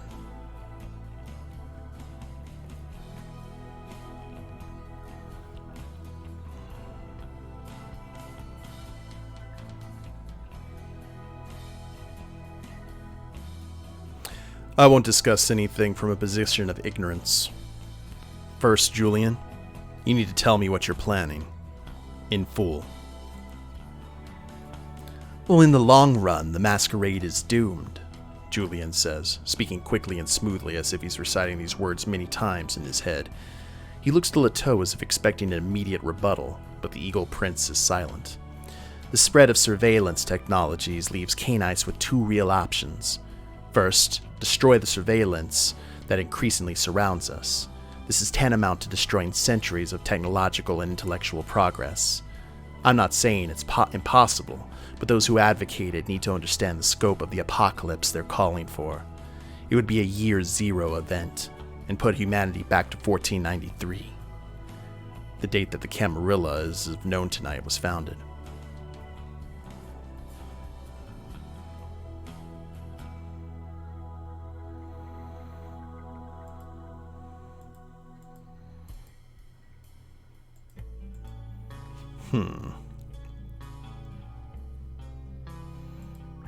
It could be a return to our nights of glory and domination. If it were possible, of course. And to ignorance and darkness that makes the Camarilla blackout look like a golden age, Leto says. Correct, Julian says. But there's another way. The alternative is to reveal the existence of Canites in a way that is staged, controlled, and maximized to take advantage of both the disintermediating power of the internet and our own personal power to control minds and shape opinion. I call this alternative the 2100 program, named after the rough date that I expect the program to finish. The Camarilla itself already completed the first phase in the 20th century by taking a vibrant and intellectually curious European civilization and turning it into a bunch of sullen, war-scarred navel-gazers. Thank you, Leto.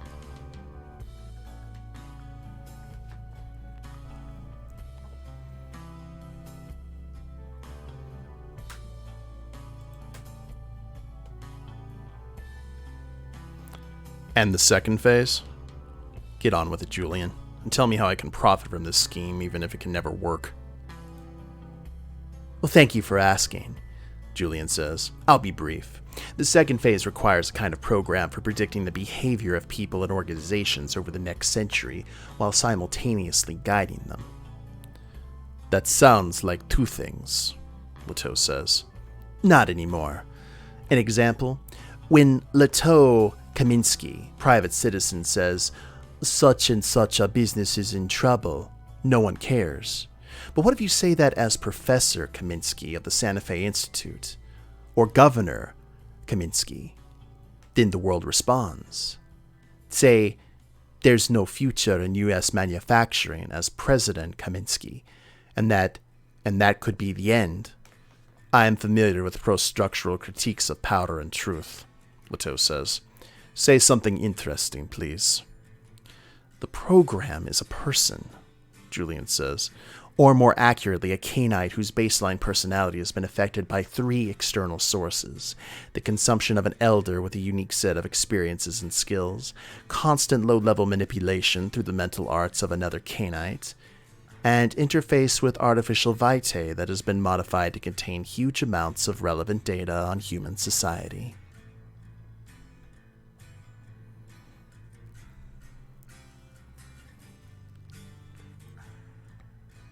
Wow.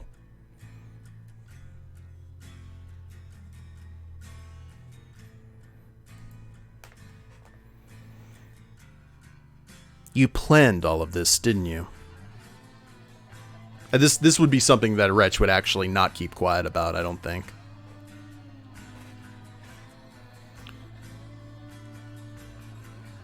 Well, I don't know. Actually, let's go ahead and just stay quiet. Was my consumption of Ayla all part of this mad scheme? That does not make me feel better about my crimes. I don't say anything. So Wretch here is something of an experiment I've been running. Your job, Wretch, your purpose, is to shape public perception for the next 3 to 5 decades, slowly revealing a larger world to humanity while keeping individual Canites safe. You understand that this is why my masters tried with the Second Inquisition, right? Leto says. We tried to shape them into a weapon to wield against our enemies, and then we lost control, and now they've burned through Santa Fe and Dallas, and my favorite nightclub.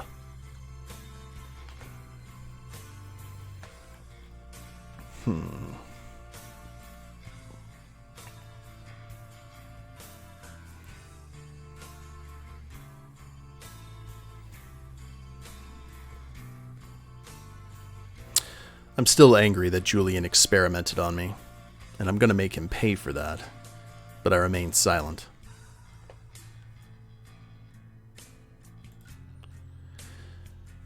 Well, the Camarilla was motivated by short-term ambition reacting to an existing threat.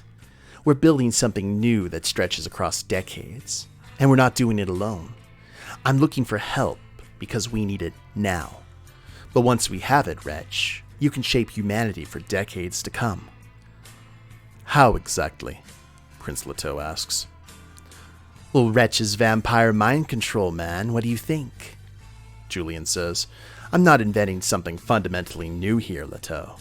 I'm just using it intelligently.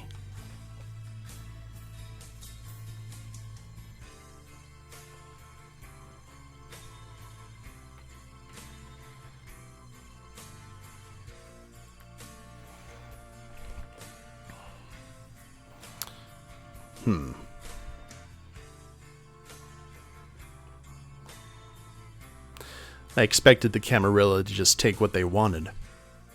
The traditions are only conveniences and niceties, after all. I'm old, Wretch, Leto says, but not so old I can't believe in things anymore. I wanted to turn my corner of the world into a place where laws meant something, where the traditions were more than what the elders wanted. I've tried to show mercy, even to you and Julian, despite what you have done and he wants to do. Even now. Prince Leto's gaze drifts away again. Julian licks his lips as if preparing to strike, and indeed, those moments of distraction might be the one chance he has to stop an elder from doing whatever he wants. But you understand why Leto's thoughts keep wandering. It's the beckoning. Something is calling elders to the Middle East. It called Mouse. It would have called Ayla, and now the Prince of Tucson can no longer ignore its call. Finally, Leto returns his attention to you and says, Tell me, Wretch, why did you destroy Ayla?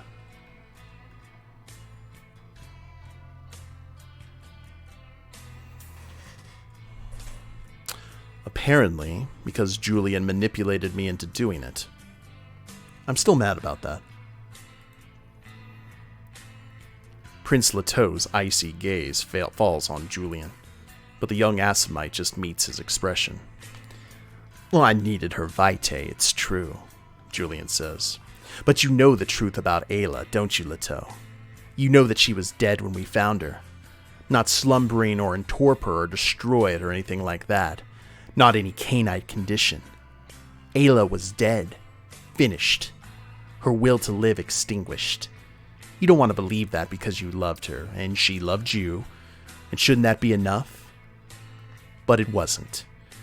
Ayla had seen too much, and she was waiting to die. She didn't stop us. She could have, but she didn't. She let us kill her. By the traditions and the customs of the Ivory Tower, Leto should just rip you both apart by now. Instead, he just sighs and shakes his head, because Julian is speaking the truth. When you found Ayla, she was finished. Vampires have immortal life, but not, it seems, immortal will. Sometimes the fire inside just dies, and nothing can rekindle it. Julian, the Prince of Tucson finally says, Tell me, you needed Ayla and Wretch, but what about the formula you've been working on? Julian shifts unhappily. Ah, yes, the one I just accidentally infected Wretch with. Oh, Leto says. I was supposed to give it to him and explain what it was going to do, but then your thrall found my lab and Dove shot the place up.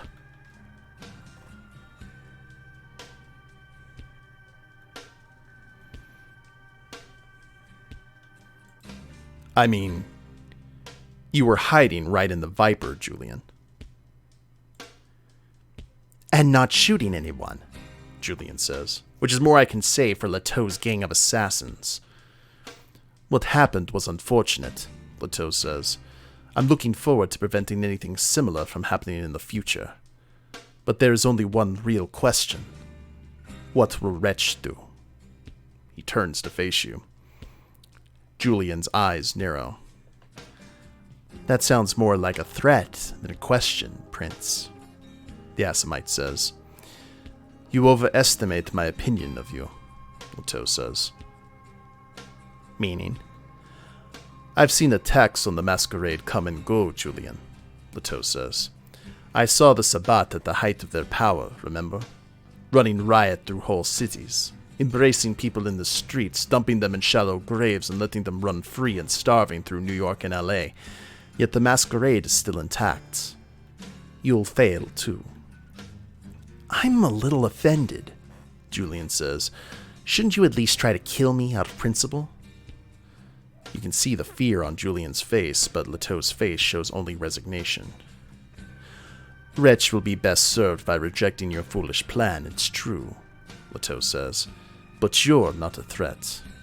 I apologize if my assessment of you gives offense, but I'm not going to kill anyone tonight.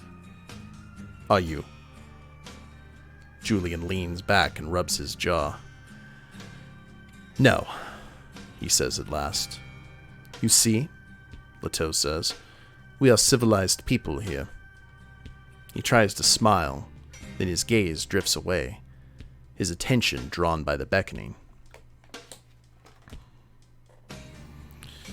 Julian, this stuff in my veins, how dangerous is it? This would be a good time for me to lie and to say that without my help it'll kill you.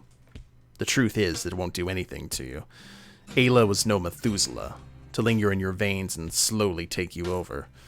My formula is no Tremere grand ritual that can burn hundreds of people to ash in a single night. It's a new facet of your existence, but not a deadly one. You dimly hear a truck rumble past outside. Riga calls from the roof, and everyone's eyes turn to you.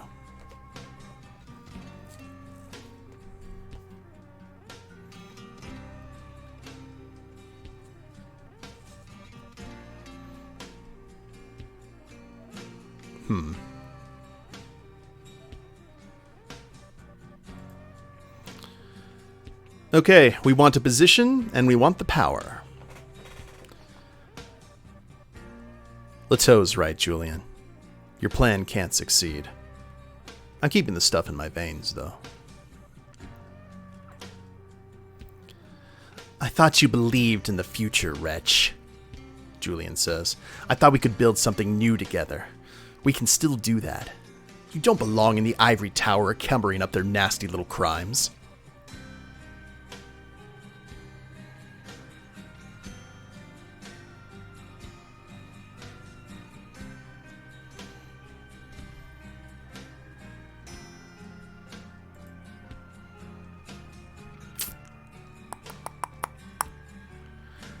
Yeah, it's a Tremere thing. It's something a Tremere would do. I have to be like, I don't know if I want to keep this stuff, but we're doing it. I've made my decision. I'll join the Camarilla and keep the formula in my veins. Bad idea, Julian mutters. But the decision has been made, Prince Leto says, daring the Banu Hakim to challenge it. I'm a man of my word, Leto, Julian says as he packs up his equipment. Just like you, and I'm not any braver than you either. This isn't worth dying for. But when the world changes in ways you don't understand, one of you had better call me. And Wretch, maybe you can unlock the secrets of the formula without my help, but things can still go wrong. If they do, call me. Huh.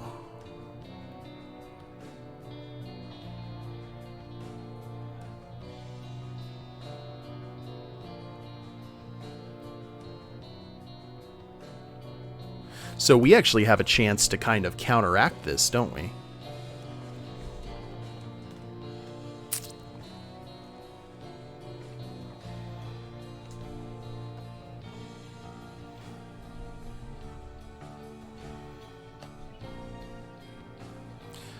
Don't just disappear, Julian.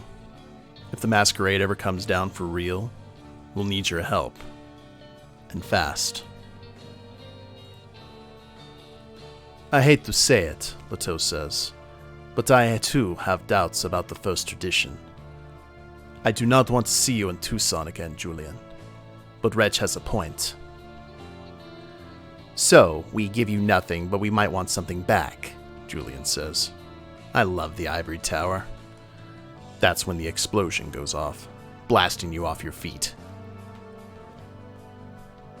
Where's my meal ticket? I mean, my good friend, Prince Leto.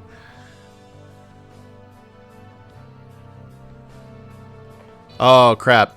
Bonnie. I run for the door to make sure she's okay. The prince can handle himself. You dart past Prince Leto to the partially opened door and quickly spot Vanny in her Fiat. She's fine. But a building nearby isn't. One corner of an apartment complex a few blocks away is a crater, and a SWAT team is already on site. Obedient little morons, Leto says. What the fuck was that? Julian cries, still nothing but a gray blur under the table. The Camaro's driver, Z, is aiming a personal defense weapon at Leto, who doesn't seem to care.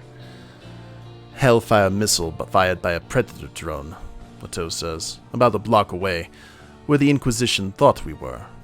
They'll be swarming the building now.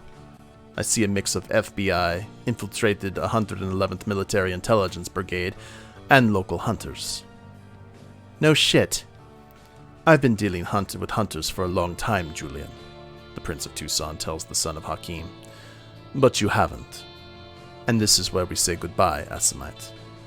I want you out of Tucson before I cleanse this city for the final time. America is becoming the world I remember, the Prince of Tucson says, his hair red gold in the distant flames of the burning building. The world I grew up in. No laws or accountability, just fear and ignorance and sudden spasms of violence. I think I'm a monster, Wretch, because I find it exciting. We can't linger here anymore. We'll split up. Meet me at 300 East 16th Street. Take at least an hour to shake any trails. Once we're there, we're getting rid of the SI in this town for good.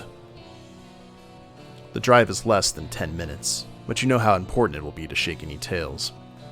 You turn back on the Speedway Boulevard and watch the apartment building as it burns, then take a left and accelerate smoothly up North Stone Avenue. You don't see any of those Buick Avenires, but you know you're being followed by multiple hunters.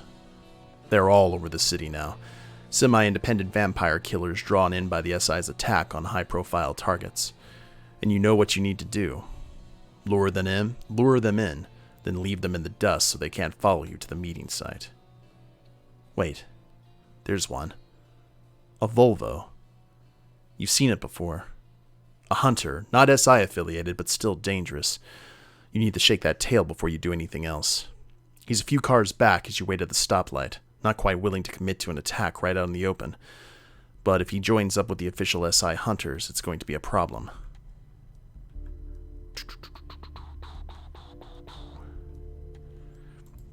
What's my streetwise? I think my streetwise is at 2, isn't it? Oh, my street. Okay, we're fine. We are absolutely fine. I'm clever enough to lose the hunter in the maze of alleys and parking lots I've memorized.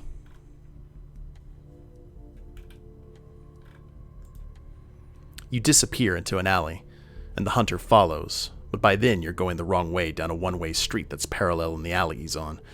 He spots you, but that causes him to hit a dumpster. It's only a 5-mile-per-hour collision, but it startles him and gives you time to lose him deeper in the city. That hunter won't find you again tonight. Is that all of them? You think you're done, but then you spot a Jeep Wrangler as you weave through traffic. Floodlights, winch, bullet holes. Another hunter.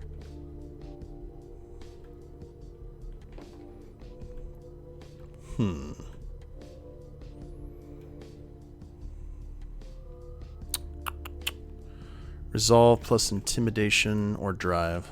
What's our resolve at? Oh, man.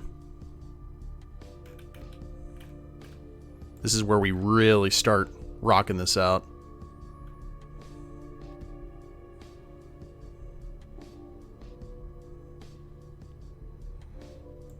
Okay. Is it res? Yeah, resolve and drive. That gives us 6. I think we're in good shape there. I don't want to use my stuff yet until it's time for like the main event, you know what I mean? And we're going to go ahead and make this a long stream, guys, so since we're getting near the end.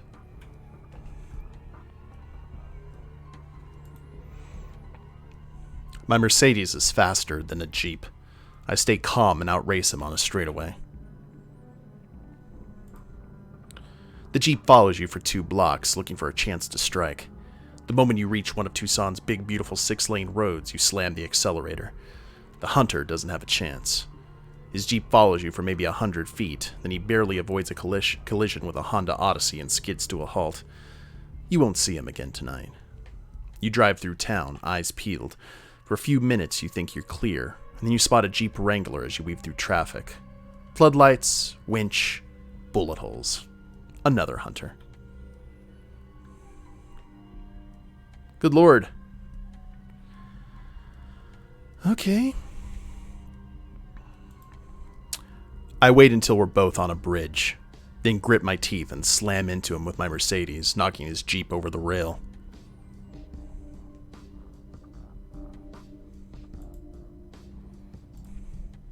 You get the Jeep to follow you toward one of the bridges over the Santa Cruz River. You have one in mind that's always in a state of dire disrepair. When he follows, you accelerate until he's alongside you, then you turn hard. He flinches first and turns, hitting the barrier just where you wanted him to. The Jeep flies right off the bridge in a tangle of metal and concrete and hits ground 30 or 40 feet below it with a hideous crunch. No water in the Santa Cruz tonight, sounds like. You drive around for a few more minutes, but the hunters have all moved on. The streets are quiet. You're feeling confident until you realize they're converging on the Viper.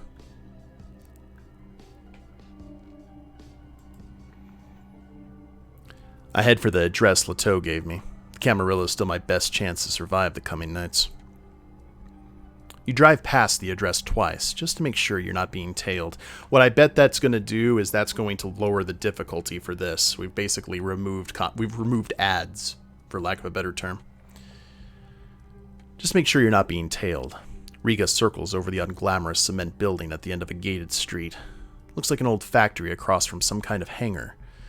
The third time you pass, the garage door opens, and Carlos signals for you to get inside. You park beside Leteau's Serena, but you haven't had time to examine the other, mostly very nice automobiles. Carlos opens a door and you step into a sumptuously appointed salon decorated in Second Empire style. The walls are blood red, the furniture black or brown and trimmed in brass. Leteau and Dove are there, along with their retainers, the old Prince's Childer, and a few of the other kindred you've seen before on the rooftop Elysium of the Viper. Patermuster from St. Basil's Hospital is on a couch beside some of his ragged coterie. Olive Krona has sent some of her people, sullen-looking retainers in ICE and FBI jackets. They're not that tough, but they're ideal for disrupting SI operations. When you arrive, Prince Leteau crosses to stand behind a small and elegant desk and says, "Tonight we hurt the Second Inquisition so badly that they leave Arizona for good. Tomorrow we begin the reconquest of Santa Fe and Albuquerque, and the rebuilding of Dallas, El Paso, and Phoenix."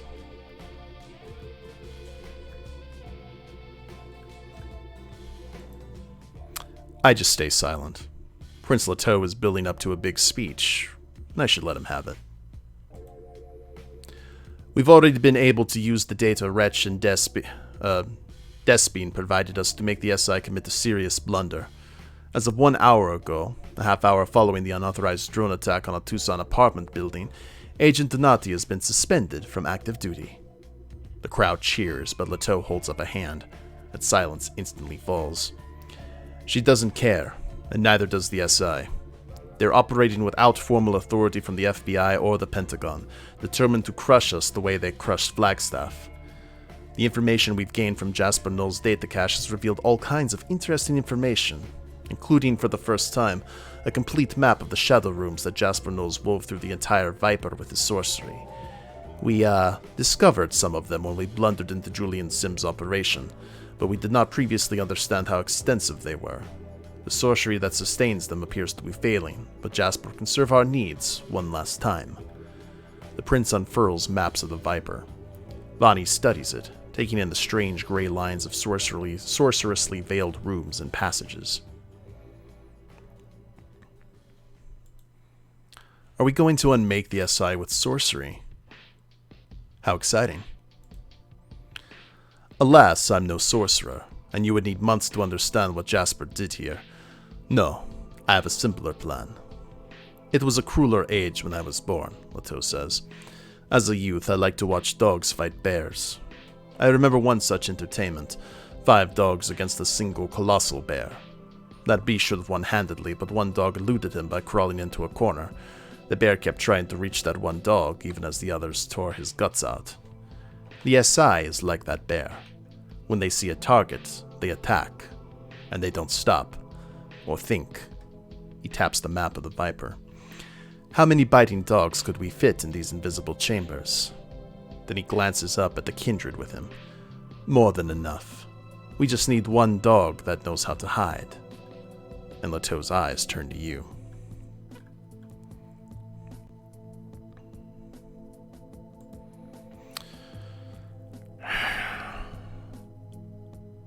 I'm listening.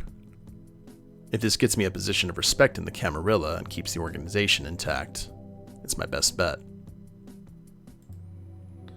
Good, Leto says. Here's the path you will take inside. He traces it with a finger.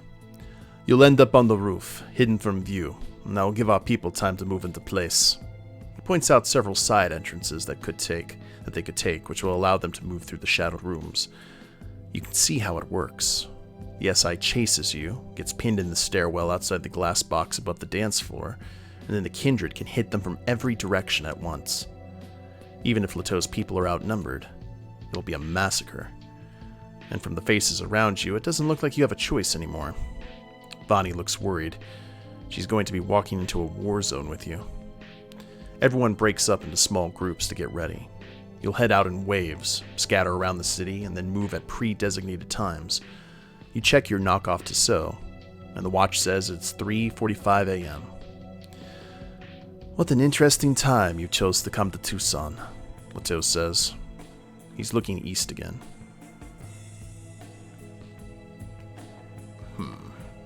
Okay, let's look at...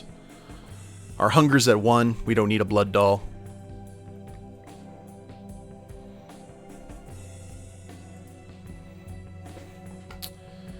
So what we're going to do...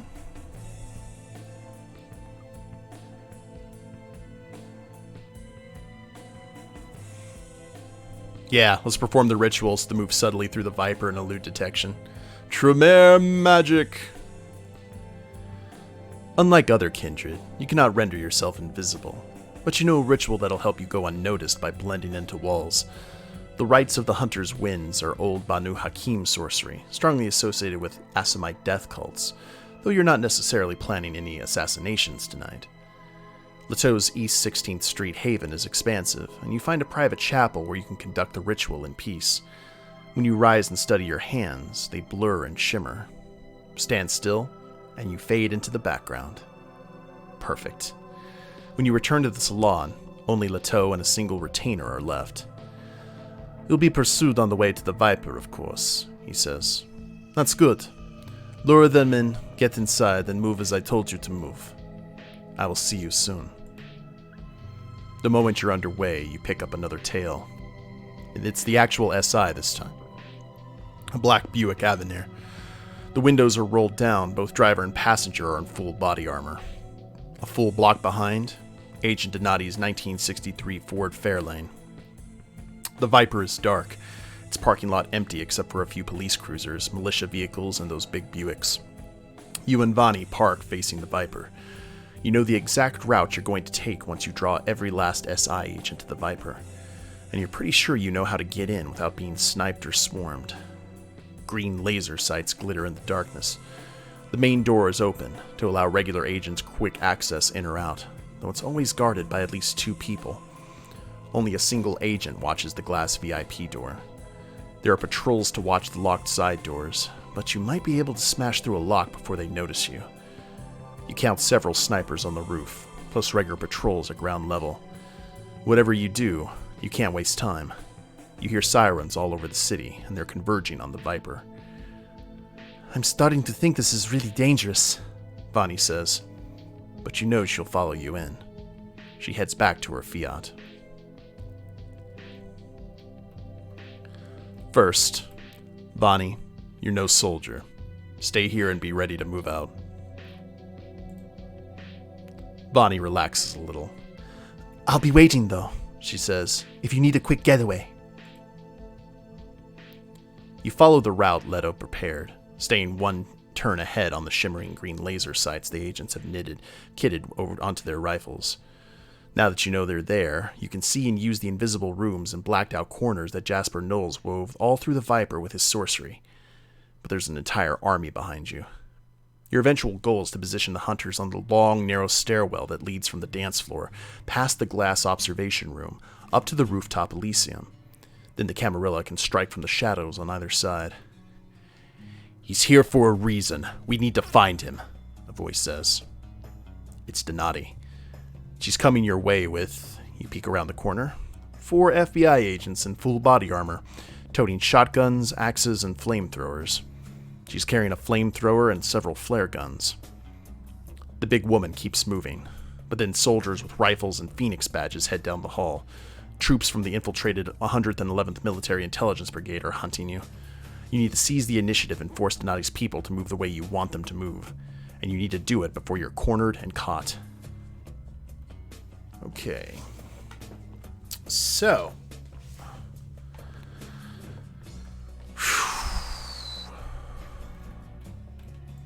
Wits. My wits are 3.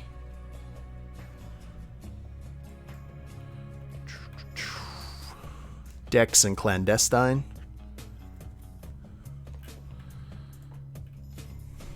Our Dex is still at 2. Okay. Yeah, we got the Auspex cheat, which makes me happy. Strength and athletics. Investigation. I mean, if we're gonna burn the blood, we gotta burn the blood, right? My keen senses will help me elude patrols. I mean, we spent the XP for it, right? You spend an hour infuriating Agent Donati by sneaking past her patrols, luring them out of position again and again, and then suddenly vanishing. Ma'am, you hear a voice say in an adjoining room. I've never been able to, the bird has been sighted outside, over the roof. That's Kaminsky, Agent Donati says. We're going to find his little servant, then deal with him. Prepare the 111th to move onto the roof. Yes, ma'am. Almost. You just need to distract them for a little longer. You keep going as you plan your next move. When you slip around another corner, you reach an improvised server and AV room and come face to face with a Tucson police officer set to guard it. She raises her 9mm. And then a bat hits her in the neck, opens up the carotid, feeds, and keeps moving even as she falls writhing to the ground. Leto. This recording and monitoring equipment is new to the Viper. It's an SI field office. Screens show the faces of kindred you've seen in Tucson or their retainers, plus live footage of the guards inside. Or live footage of the guards outside.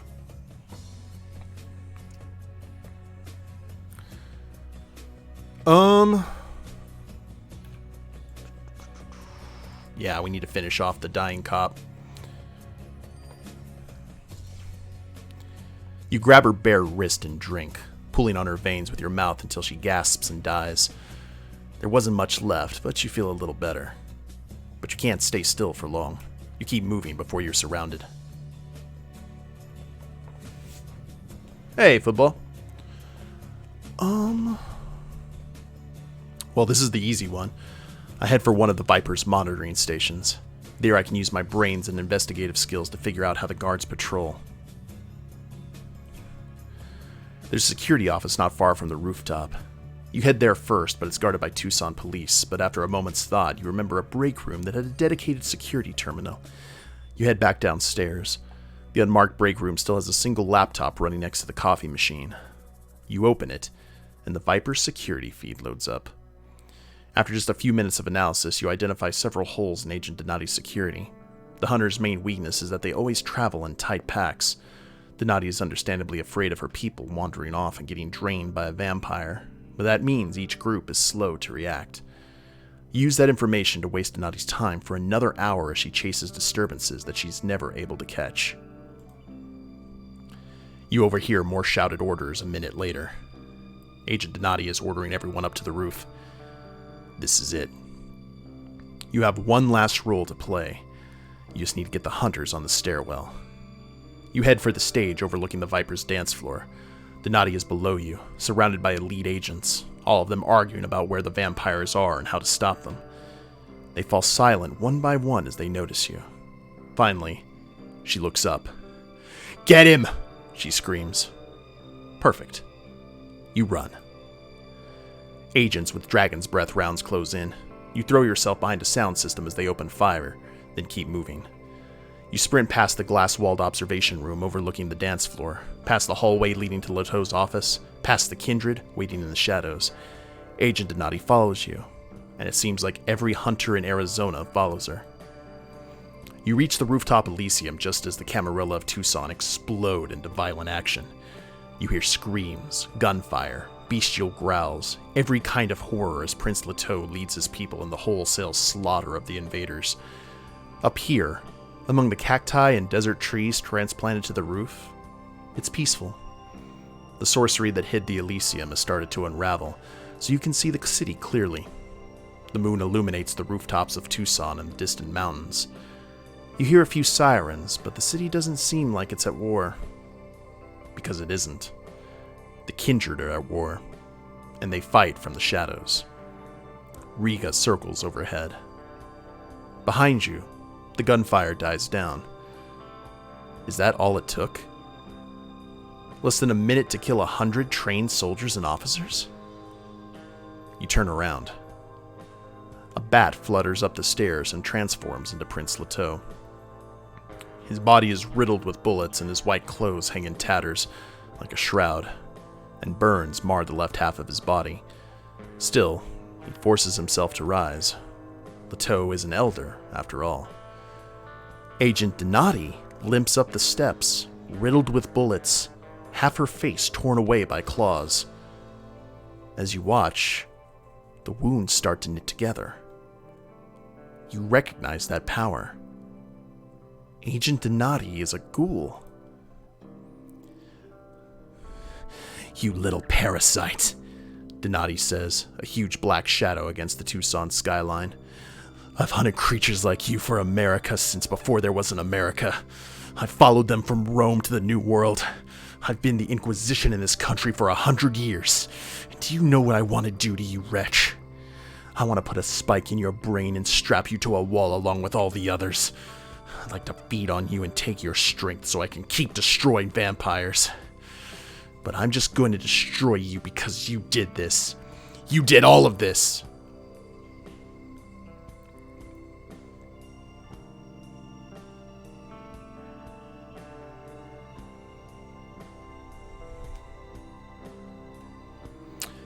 "And now I'm going to kill you, Donati." "Not quickly enough," she says. She pulls a flare gun and aims it at Leto, smiling through bloody teeth.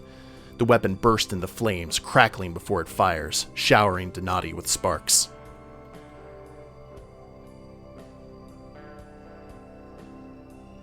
Okay.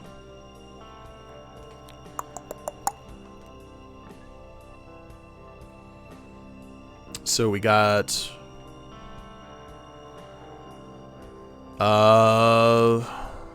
composure or resolve plus combat. Our combat's at 2 with the Wakizashi. That's pretty high. I use all my strength to throw Leto behind cover with strength and athletics. Charisma plus leadership, nah. And then dominate, charisma, resolve plus intimidation or leadership. Yeah, let's do the sword mod. That just is good. I force myself to ignore my beast instinctive terror of fire and cut Donati down with my Wakizashi. Even if it puts me in front of the flare gun, I've got the fortitude. You grit your teeth and charge into the shower of sparks. Your blade hisses as you glide past Donati. The sparks bounce off your skin, and your beast screams in terror and rage. You look back. Donati drops her weapon, turns, and stares at you in disbelief. And she falls in 2 pieces at your feet. I haven't seen a victory like this since I drew breath, Leto says. He limps down the stairs. The stairwell is choked with dead and dying police, soldiers, agents, unidentifiable hunters, and the vampires that are feeding on them. A few more corpses litter the almost empty dance floor of the Viper. Through the shattered glass wall of the VIP entrance, you see the lights of municipal police. They're all Carlos's people. They won't be a problem. This place is finished, Leto says. He's looking east again.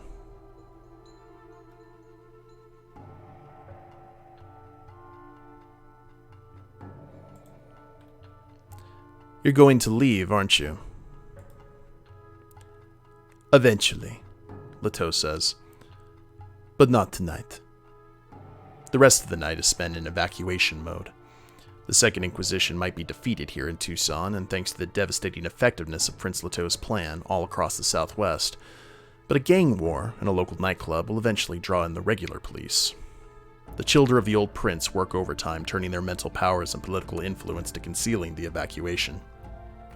Dove destroys any evidence of kindred activity in the Viper, while Leto makes sure everyone has a place to stay when the sun rises.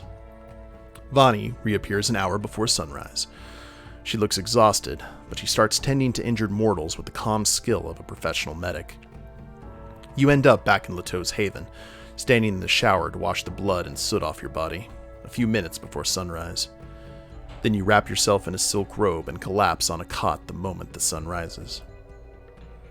When you awaken the next evening, Dove and Carlos are in the salon watching 5 screens, all blaring the news from the night before. And botched corruption sting, Dove tells you.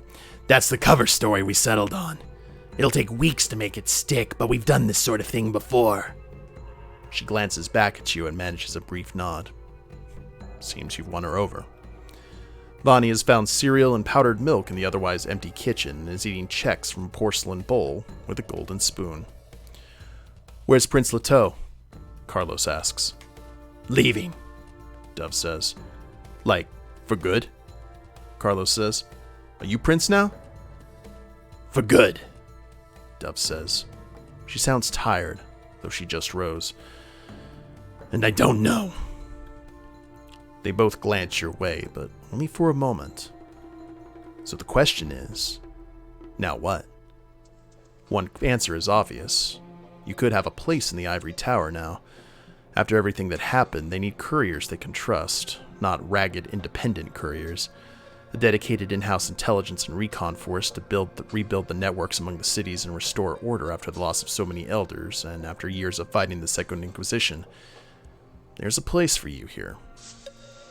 On the other hand, you could strike out on your own, possibly with the material support of Tucson's Camarilla. From what you hear, Seattle is a key city for the Ivory Tower's blood trade.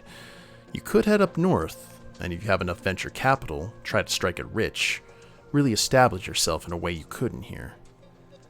But you still feel the alien vitae inside of you, the 2100 formula. You've heard that a scholar of the blood dwells in Denver, someone who could answer a lot of your questions. With the briefcase full of Julian's program research, you should be able to make inroads there. The only difficulty will be finding the scholar, and avoiding the hunters who suspect what kind of power you carry in your blood. If you head for Denver, you'll have to hope that you've left the Masquerade intact enough that you can reach Colorado without an army of hunters following you. Finally, maybe you could just try and live a life. You're dead, of course, but you could try existing as a person, if only for a few years. You've heard that San Francisco is a good place for that sort of thing ever since the old prince left for LA. Maybe you could cultivate your humanity and try to live, instead of simply exist.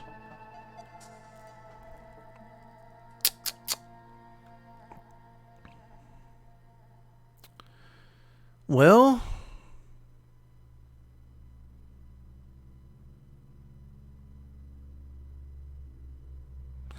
Well, here's the thing. My instinctive reaction is to have Vanny and I cover our tracks and head for Denver to unlock the secrets of the transformed blood. That seems like the very Tremere thing to do. We have 2 Masquerade violations, though, so I'm not sure if that's going to affect it or not.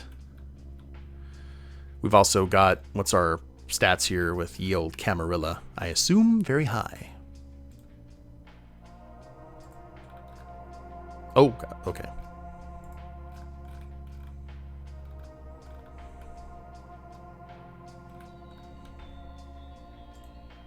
Relationships. Oh, yes.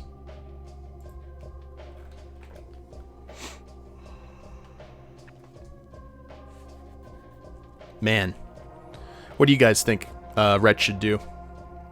That's the thing. I don't know if Vonnie and I covering our tracks and heading for Denver is going to work with my Masquerade violations at 2. Why not invite the Blood Scholar to come visit? Why not? Hey, Dizzy, how you doing?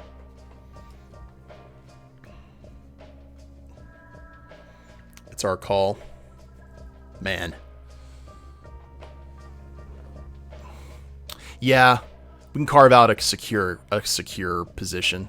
I agree, Kath. We went into this with the Camarilla. So, we're going to go with this. We're going to remain with the Tucson Camarilla and take our place amongst them. We started at the bottom, now we're here. The first thing you do is follow Dove and Carlos up to the roof of Prince Leto's Haven. You and Vonnie aren't quite sure what's going on until you hear the rumble of an airplane engine. A twin-engine prop plane, a Piper twin Comanche, rolls down the little used road outside. Its side door opens, and Riga flies in. He's really doing it, Dove says. Elders are weird. Can he even make it? Carlos asks. The little plane picks up speed faster than you were expecting and leaps into the air above Tucson. It circles once. Prince Leto banks and offers all of you a brief wave, and then he turns the plane east, toward the beckoning. You all watch from the rooftop as he rises into the twilight clouds and disappears. 1 month later. The first week is hard. The Second Inquisition is in ruins across the southwest, but vampires react badly to sudden change. Dove faces 2 direct challenges in the first few nights from Kindred who come out of nowhere with dreams of conquering the city, and only your driving skills and her cunning force them back. But then the Camarilla starts to get organized. Dove calls a council with the children of the old prince, with Despine, who returns to Tucson after years in Dallas, and with the other vampires nearby who have seen at least a century of unlife. They form a ruling council to prevent constant struggles for power. You're not nearly old enough to join, of course, but that's good. You're not ready to fossilize yet, and they need a courier. In fact, they need a whole fleet of couriers. We need people we can trust, Wretch, Dove says from Despine's new jazz club, which is set to open next week. New blood. Cross the desert. Go anywhere you need to go from California to Colorado and look for people who can help us rebuild. Find 5 people who are worthy of joining our ranks. Despine and Patermuster will embrace new children, as will I. And if you want, so will you. This is a dangerous job, and an important one. You spend a week in preparation. You give Vonnie her first stopping point and watch the Fiat roll out first. Then you hop into your Mercedes and hit the road.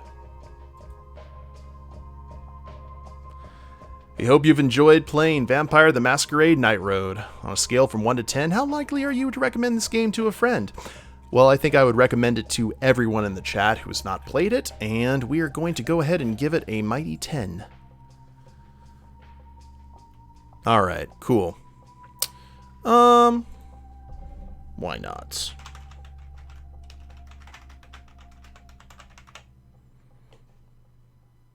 Why not? Thank you for subscribing. And thanks for playing. Alright guys, that was a lot of fun. That was VTM Night Road. A really awesome interactive fiction game. Thank you so much to Vassaros for gifting that to me and helping me out with our choices, because we had to kind of redo some stuff after all the patches and everything. But everyone seemed to really enjoy it, and I think we did a good Tremere storyline, all things considered. We started out with being a combat build with no combat, and then we ended up slicing the SI ghoul down the middle. I liked it a lot, and I'm glad you all enjoyed it. So definitely go ahead and check out the game, check out the other games that they've been doing. If you like this kind of stuff, if you're a fan of like those old choose your own adventure books, this takes it to a new level, and in a wonderful new level as well. So, yeah, definitely shout out to our boy Vassaros. And now we get to be Daddy Tremere. Probably embrace Vani, and when we get old enough, we can become like a Primogen. Maybe even the Prince. But I hope you guys enjoyed it, and I hope you guys enjoyed the long stream too. But we will go ahead and end it here, and we will maybe see you guys in the next series. If you guys haven't followed the Twitch channel, please do so. We try and stream on Mondays, Wednesdays, and Fridays with random times in between.